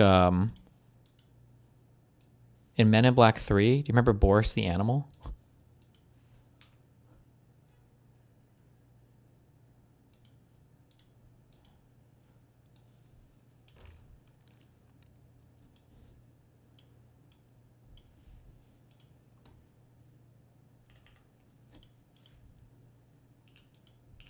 Minority, but a dangerous minority within the town. I want to take you through and I want you to try and understand, as me growing up, the changes I'm seeing, they're not for the good, okay? They're not for freedom. So this will just show some posters. Okay. That's the covering up and billboards, the Magnificent 19 posters on a phone box. At the same time, Icknield High School. Wait. Me growing up, the changes I'm seeing, they're not for the good, okay? They're not for freedom. So this will just show some posters. What? This is a picture. Is there, also, this is first 2003. Maybe they celebrated again the next year, though. But this is like a picture. Or this is like an actual like image file. Where's a picture of this poster hung up somewhere? Those are the stickers? Where? Or does he show? Maybe he'll show them? Covering up and billboards, the Magnificent 19. Oh, I see. Okay. It's just a low resolution picture. I can't fucking see shit. Okay. Posters on a phone box. That's it there. At the same time, Icknield High School. Many of you may remember the girl who ordered the full face veil in the cab to school. Sherry Blair represented her. Yeah? When she left there, when she got kicked out of that school for doing that, she went to the school I used to go to, Putridge. But her brother was part of Al-Mujahideen, an extremist organisation. They used to protest outside the school all the time. This Icknield High School. They then had, at the same time, every year, they're outside the school handing out leaflets saying Christmas is a sin. Children are just trying to go to school, trying to paint a picture that things are going on across the town at this time.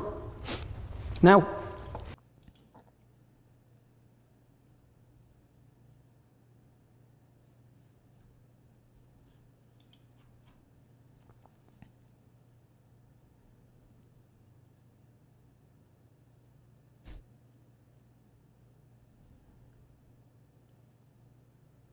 What is there? Is there like video footage of this or anything for London Muslims celebrate 9/11 on 2002? Apparently, there's a right-wing publication, but I doubt this whole thing is fake. I doubt that they would just fake all of this. I'm just curious. It's not good. If it's here, definitely not good. He made it sound like it was hung up inside every establishment. Yeah, I was curious how widespread this is. It would have been nice to see more pictures, but I don't know. Okay. All right. They held a march for the anniversary, first year through the town centre. So it was celebrated. September 11th was celebrated. Openly. People just openly celebrating. Posters everywhere. Look at my presentation at Oxford University. I show you the posters at my shop, and all over the phone boxes, all over the shops, magnificent awning. Yeah? It was celebrated. And I feel like I only saw that. Does he I'll show show you more? now. Hold on. This is a newspaper article. If you want to take one of them and pass them around, people can read them themselves. This I feel is very important. I think it's very important to show you where we were at in a town. This newspaper article is from September 2004. We're going back 10 years, okay? I was 21 years old. Anti-terror rally. I organised this rally when I was 21 years old. I made these leaflets, okay? This will show you that the English Defence League may have been born in 2009. There's a... Okay, CNN article. A UK-based Islamist group is planning a conference on September 11th, hailing the suicide attackers who killed thousands in New York City and Washington as the Magnificent 19. The group is Al-Muhajirun, or I can't pronounce that. Anything that calls themselves, by the way, Islamic and Islamist are two very different things. Islamist is like militant commitment to spreading the ideas of Islam. Islamist is always bad. Islamist is always bad. Islamic is a different, is a broader term or whatever, but just keep that in mind, okay? The poster seen on the group's website also shows images of Al-Qaeda leader Osama bin Laden superimposed on a picture of the World Trade Center. Reported the group plans to hold conferences in 4 British cities: London, Birmingham, Leicester, and Manchester. You guys, fuck this fucking con. Oh my god, okay. To mark December 11th, 2001 anniversary, British authorities and police came out on the group. And mainstream Muslim groups have denounced Al-Muhajirun as a radical organizer that misrepresents the views of the country's 2 million Muslims. But a spokesman for the group, Abu Omar, said this week that the actions of the 19 hijackers were quite splendid. Omar said Muslims who condemned the attacks were apostates, whose opinion should carry no weight.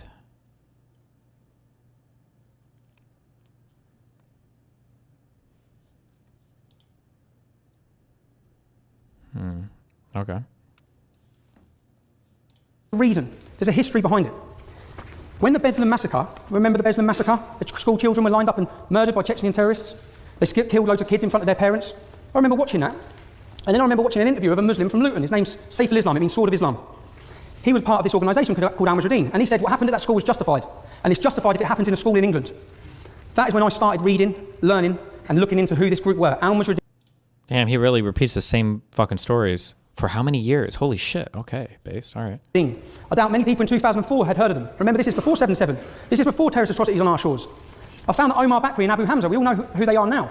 They were based in my town, in Luton. They were based there. Their head office was on Biscuit Road. I started looking, researching. What I found terrified me. And once my eyes were open, I couldn't close them to this issue. I made these leaflets. In these leaflets, it's clear. Leaflets circulating Luton before the demonstration. Okay. So I looked at this group, and I went down the town centre the next Saturday, and I'll be honest, because on a Saturday, back then, as a young man, there might be 100 of us on a Saturday that would go to Luton football. And we'd travel around the country going to football together as young men. And I looked at this group, and when I went down there, there's a police officer there. And I said, and they were openly, like now they try and hide it. They were openly recruiting to send people to fight against our armed forces in Iraq and Afghanistan. They were openly promoting jihad. It was like, remember, this is at the time when Abu Hamza, Hook, when he was holding his seminars in Finsbury Park, when he had hundreds of men on the floor. This is at the time when Abu Hamza, the fight against our armed forces in Iraq and Afghanistan. They were openly promoting jihad. Well, like, I mean, the Iraq-Iran war, like, this is like Muslim-on-Muslim violence. This is a huge war, no? I mean, like, I feel like he's oversimplifying a lot of regional stuff. I feel like everybody that talks about Islam does this. And it's annoying, too, because I don't like the radical, the weirdo Islamic people. I don't like these people at all. But I feel like he's collapsing a lot of stuff. It was like, remember, this is at the time when Abu Hamza, Hook, when he was holding his seminars in Finsbury Park, when he this was the guy that we just looked had up. hundreds of men on the floor in the road. But apparently other mainstream Muslims were denouncing him, and he said those guys are fake losers. But I don't know what the names of those other mainstream people are, or how relevant anybody in particular is. It's hard to say. Calling for war against Britain. Remember, they weren't getting nicked on hate speech or anything like that. They were just allowed to do it. So as I looked at this group, I thought they've been operating, a mass network have been operating for 20 years in my town. Which then explains, and I tried having this, I sat down with Bim. I thought he was talking about the NATO-Iraq war.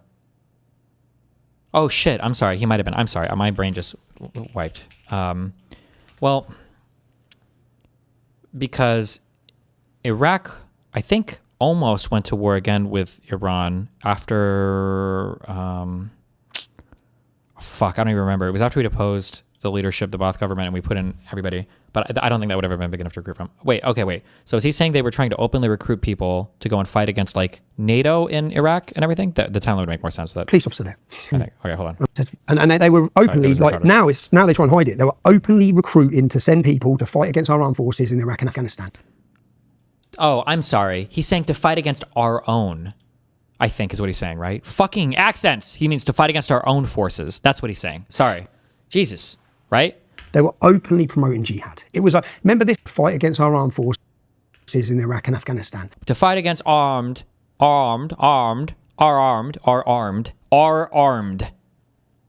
That's what he's saying. He's to fight against our armed forces. Armed. They're openly recruiting to send people to fight against our armed forces in Iraq and Afghanistan. They were openly promoting jihad. It was remember this is at the time when Abu Hamza, Hook, when he was holding his seminars in Finsbury Park, when he had hundreds of men on the floor in the road calling for war against Britain. Remember, they weren't getting nicked on hate speech or anything like that. They were just allowed to do it. So as I looked at this group, I thought they've been operating, a mass network had been operating for 20 years in my town. Which then explains, and I tried having this, I sat down with imams when we started the English Defence League and explained to him, your community, the Islamic community, is very entrenched. It's inward looking. You're all here. Yeah. Now within this little community, you've got, let's just say 200. We've got more. Let's say 200 pure radicals, who are working 25 hours a day, 7 days a week. And they're working to promote jihad, supremacy, intolerance against the non-Muslim community. So once they're operating all these years, the explosions of violence that are coming out, and they weren't just coming out onto us in the streets. Remember, 7/7 bomb plot, they picked up their bombs in Luton. A fertiliser bomb plot, come out of Luton. Stockholm bomber, come out of Luton. Luton was named by the CIA as the epicenter of terrorist atrocities and the planning for Europe. That's Luton. So when people are saying, I said, well, you know these lads, like the ones who were killed fighting for ISIS, the ones who, Saif al-Islam, who's done jail for terrorism, Roger Ibrahim, the ginger convert, I used to hang around with him as a kid. So we're not talking about, when you read about terrorists, to some people this is a million miles away. I went to school with that mug. Yeah? I queue up next to him in the bank. His sister lives around the corner from me. Yeah? So this isn't a million miles away from us. So when in 2004, I went down town centre, police were there. I said, what is this? How are they allowed to do this? She said it's free speech. I said, okay, let's see if it's free speech next week. And then the next week I organised my first ever protest, which was called Ban the Luton Taliban. That's what I called it. And Tommy, can we pause there for 1 second? Because one thing that I wanted to ask you about, and honestly, I'm not coming at it from a place of judgment, but I do think it's an important part of the conversation. You mentioned the football hooligans, right, which you were part of. A lot of people, it's not a uniquely British thing now that you get these ultras in Italy, you get them in Russia. But it is kind of, to most people who don't know about it, they really don't know about it, right? So can you explain the firms and the hooligans? Because you say you go around the country supporting Luton, but it's more than that, right? It's young lads who like to get to a football game and have a fight with others, right? Is that fair? That's fair. If you're someone who values free inquiry and independent thinking, which, let's be honest, is why you're probably watching Trigonometry, then our sponsor, Venice AI, gives you the freedom ourselves. And if you're UK, thanks to the new scene and not offended by grown-up content or ideas, you'll need to sign up for a pro account. If you want to use AI without fear of handing over your thoughts, ideas, or personal information to a corporation or the government, I look at the problem from which is going to AI/trigonometry and see what you've been missing. And now, back to the show. That's fair, which is going to sound moronic. Yeah? So most people watching this are going to think, idiots. Absolutely idiots. But remember, I'm 42 years old now, and I'm a father of 3. I was 20. I was 18, 17, 16. Young men. Yeah? Young men finding their identity together, which I'd say I found my identity going to football. I found it. Yeah? And when I say I found it, I look at the problem in Luton, and I look at the erosion of our identity as young English men. It's gone. And I'll give an example. When it's St. Patrick's Day in Luton, there's a 3-day festival for St. Patrick's Day. When it's St. Lucian Day, we have a massive tents, park, fairgrounds, everything. Yeah. When it's Eid, the whole place is locked off. Everything. They've got fairs. They've got everything. When it's St George's Day, it's banned. So we're made to feel ashamed. Anyway, I remember it was St George's Day, and the school, Icknield High School. Now, do you remember the Trojan Horse? Fuck, there's so much like cultural shit here that I can't do. This would take me so long to chew through all of this. I know that every time I've looked up like legal stuff that Tommy Robinson is involved in, he says one thing publicly, but it feels like he's in the wrong when you actually dig into things. Like I remember a while ago there was something where he said that his freedom of speech was under attack because he couldn't criticize some person, but I don't know if it had to do with some court case or whatever.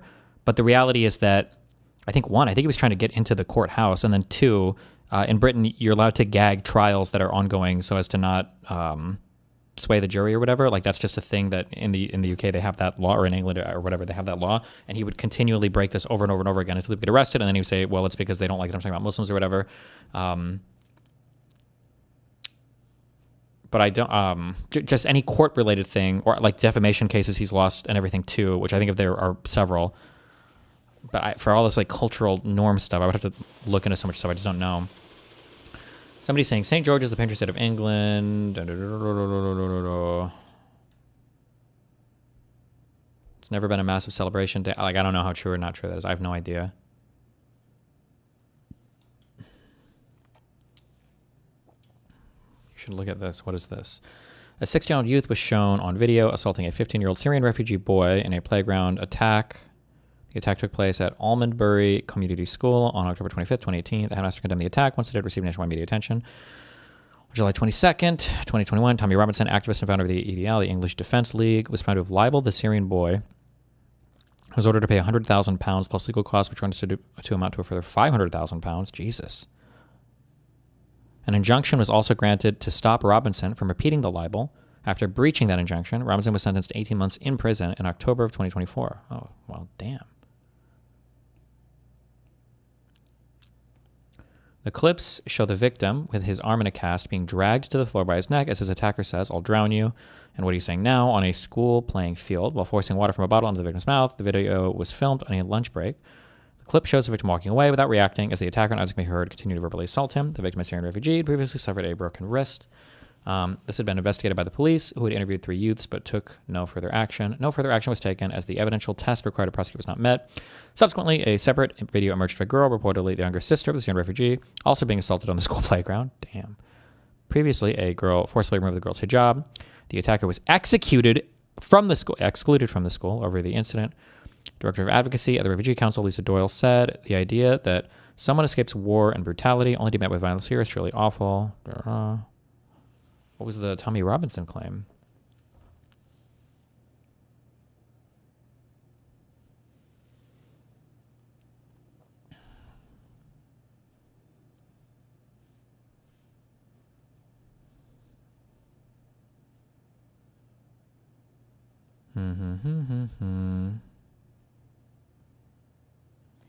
Tommy Robinson used photos taken from a 2017 article about a teenage cancer patient from Surrey, Canada, or...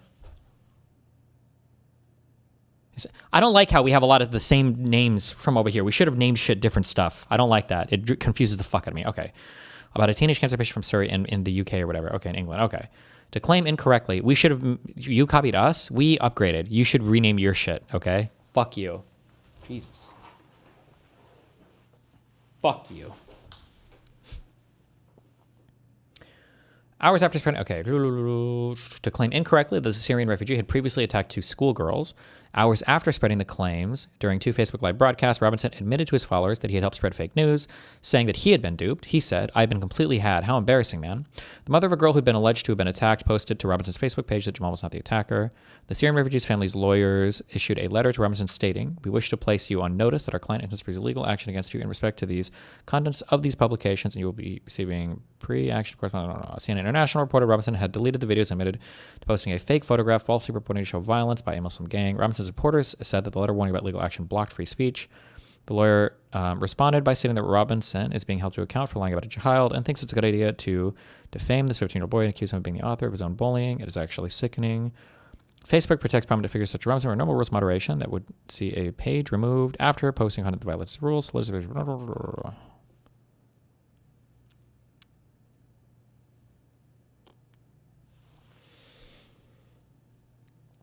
On April 21st, 2021, the trial started.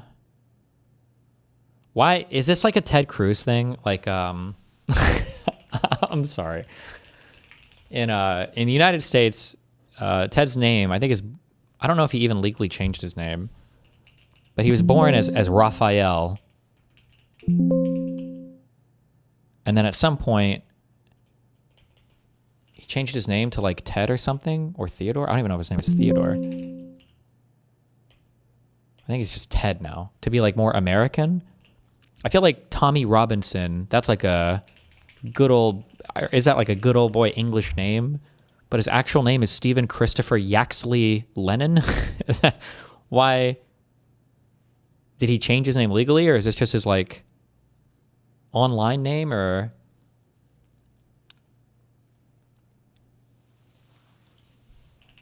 Is that even more British?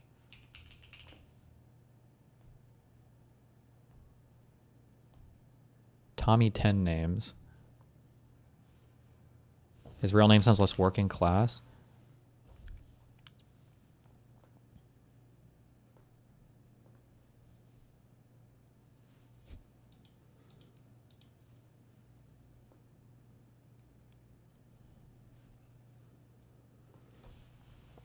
Okay, well, Catherine Evans, QC, representing Jamal Hizaji, told the court that Robinson's comments turned Jamal into the aggressor and the bully into the righteous white knight. The trial heard evidence from former pupils, all 5 who supported and defended Lennon. The judge disbelieved them. On July... Wait, what? Trial heard evidence from former pupils, all 5 who defended Lennon. Oh, that's Tommy Robinson, right? So found to have libeled the boy and was ordered to pay $100,000. An injection was also granted. Robinson represented himself during the 4-day trial, said he was gobsmacked by the cost of the boy's lawyers were claiming, which he said included 70,000 pounds of taking witness statements. He added, "I've not got any money. I'm bankrupt. I've struggled hugely with my own issues these last 12 months. I ain't got it." In May of 2023, Robinson's film Silence was released. In the film, he repeats his defamatory claims about the boy. Wait, really? No shot. He depicts the incident and the resulting fallout as a story about how the law is being manipulated and exploited by the far left and Islamists to destroy the lives of anyone who speaks out against the so-called progressive, so-called liberal narrative.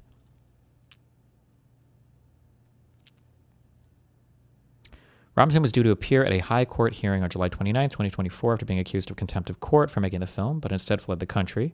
An arrest warrant issued after he left the country to be enacted in October should he fail to appear to follow appearing. Ahead of that hearing on the 20th of October in Woolwich Crown Court, Robinson was held in custody after handing himself in to Folkestone Police Station.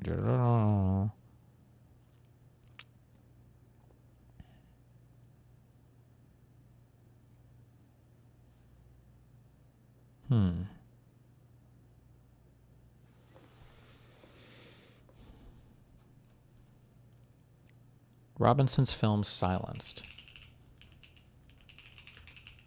Oh, I'm sorry, Tommy Robinson.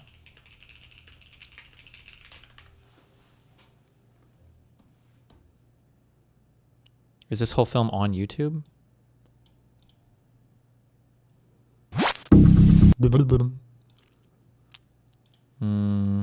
Where in the video?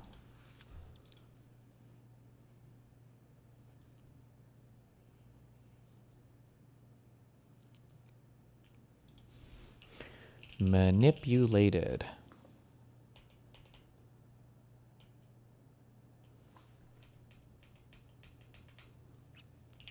Far left.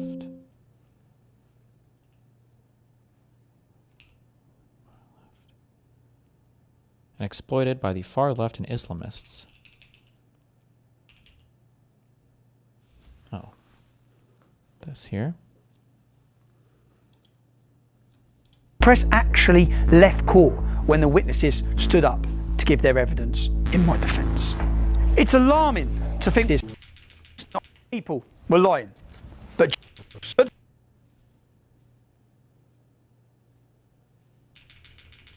hold on. About what Jamal was like. 12 different people lying about what Jamal was like. Why? You see, the judge has really helped us out here. The judge says people can lie for reasons that make no sense. Is that the boy's name, Jamal? Is that what he's talking about here?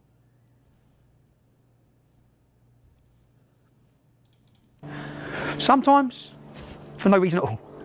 He could not readily identify any explanation for why some of these people were prepared to do so and lie. He concludes the alleged assaults, they never happened at all. Despite Jamal's school record, which you've seen, the judge states the claimant's record is overwhelmingly positive. He acknowledged Jamal has a record of lying, but decides on this occasion it's Jamal who's telling the truth and everyone else is lying. Really? We waited 10 weeks for this? That's your conclusion? That's the logic from the highest libel judge in our land? There was no jury. That's right, there's no jury. All of these people were lying, but Jamal, he was telling the truth. Jamal, who could only find his dad, Jihad, to speak for him. Not a single teacher, not a classmate, not a friend, not a neighbour or a support worker came to court to support Jamal's version of events. Jamal, who says he only broke the rules a few times at school, and even then, it weren't his fault. His school record suggests something very different. I want to be clear and fair to Jamal. He denies every accusation against him, completely and utterly. On the day the 5 courageous children appeared in the dock, giving testimony against Jamal. Jamal didn't even show up in court that day to face his accusers. Neither did the press. The press actually left court when the witnesses stood. To face his accusers? Well, but you were the one on trial, no? Or trial? Would you even say this? A civil case, I guess? I don't know. Up to give their evidence in my defence. It's alarming to think we have this kind of intellect at the top of our judiciary.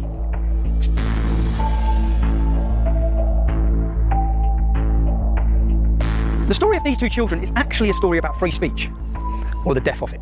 It's a story about how the mainstream media is more interested in pushing an agenda than giving you... Who were the 5 people that came to testify on Tommy's behalf? Were they the people that were bullying him in the video? Is that... Why, does he say, or...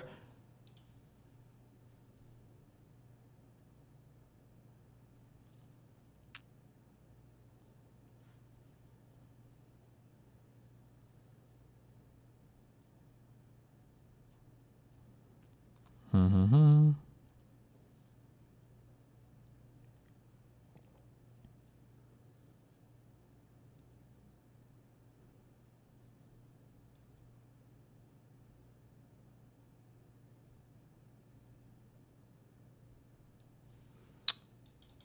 What is this? Hold on. Oh, nice. Totally irrelevant fuck link, which is exactly why... Okay.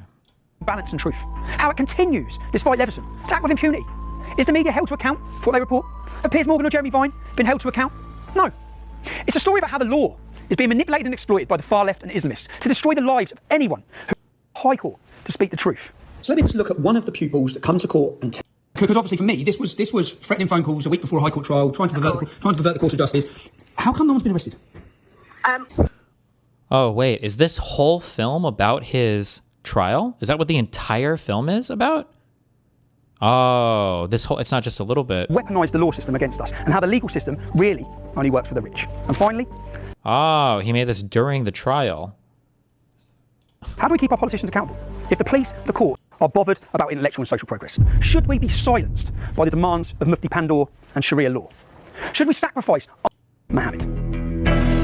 Was pushed off him, fell and broke his arm. The police considered the incident to have been dealt with properly. He started calling my mum a white fat bitch and stuff, and then he like... It's like calling your mummy a white fat bitch. a white fat bitch. And then I went up to him, and then I chucked a bottle at him, and then he put me in a headlock, and then my mate pushed him off me. And I believe that's how he broke his arm? Yeah.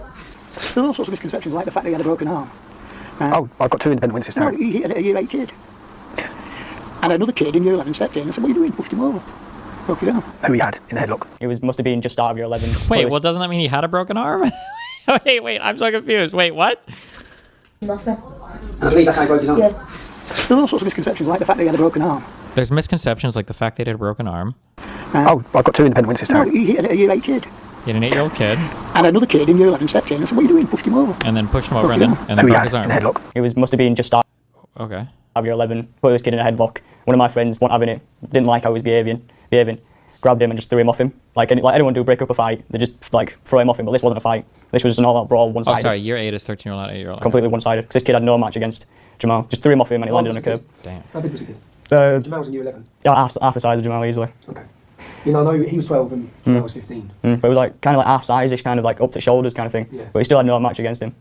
And my friend just grabbed him, threw him off him, he landed on a curb. I was like, So I've read it reported in by Jeremy Vine and in the newspapers that that was an incident of Jamal being bullied. no, exact opposite. He was bullying this kid. So you see, people thought that was all part of it. But that's okay. do you know why? Can somebody be thrown to floor your broken arm? But do you know why they thought it was part of it? Because the solicitor said it was. No, well, that's not true. That genuinely is not true. I could even name it. I won't. I could name the child in year 8 that he did it to.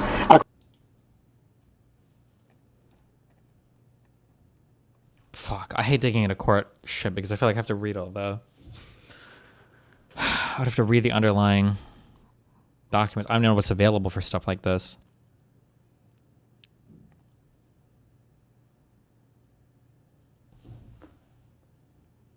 I wonder why he chose to represent himself. He couldn't have, like, GoFundMe raised money for...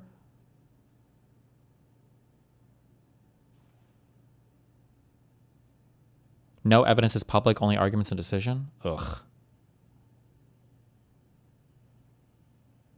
Fucking horrible bonger fucks.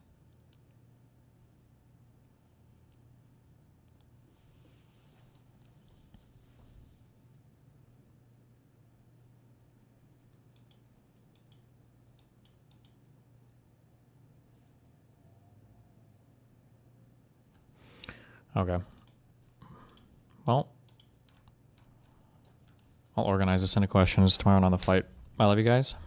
I'll be back in 5-7 days or some bullshit whenever the fuck I come back from Bongerland.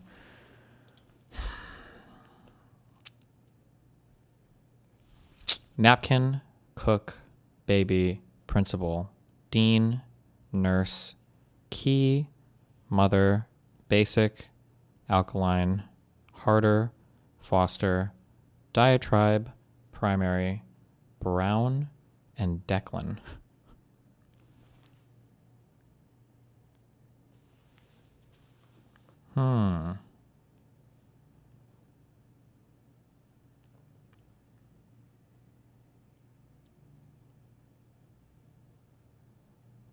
Oh my god, purple. Boom, boom, boom. Kin, line, tribe, clan. Familial relation stuff. Boom. Holy shit. Sniped. That was a sniper pick. Jody Foster. Is that what Foster is, maybe? Basic. Nurse key. Primary. Colors? Basic colors, primary color. I don't think that's it. No. Cook, nurse.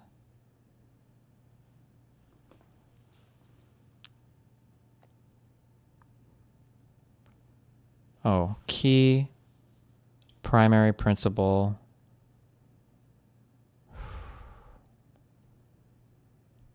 And basic?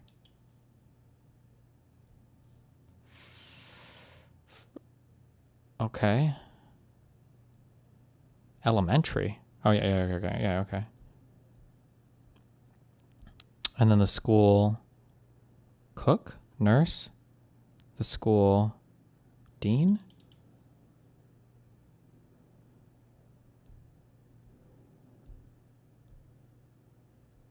The school mother? No way, right?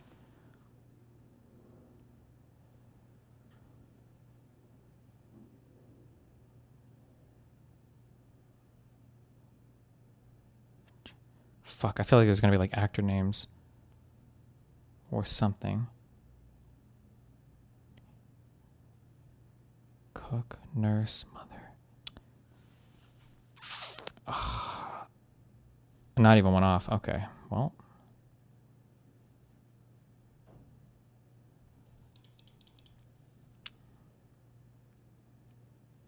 Oh, to like take care of something or somebody. Care for. Boom.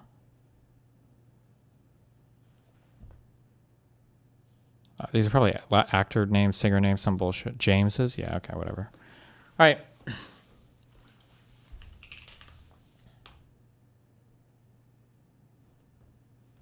Be careful. I love you. Stay safe. Don't die.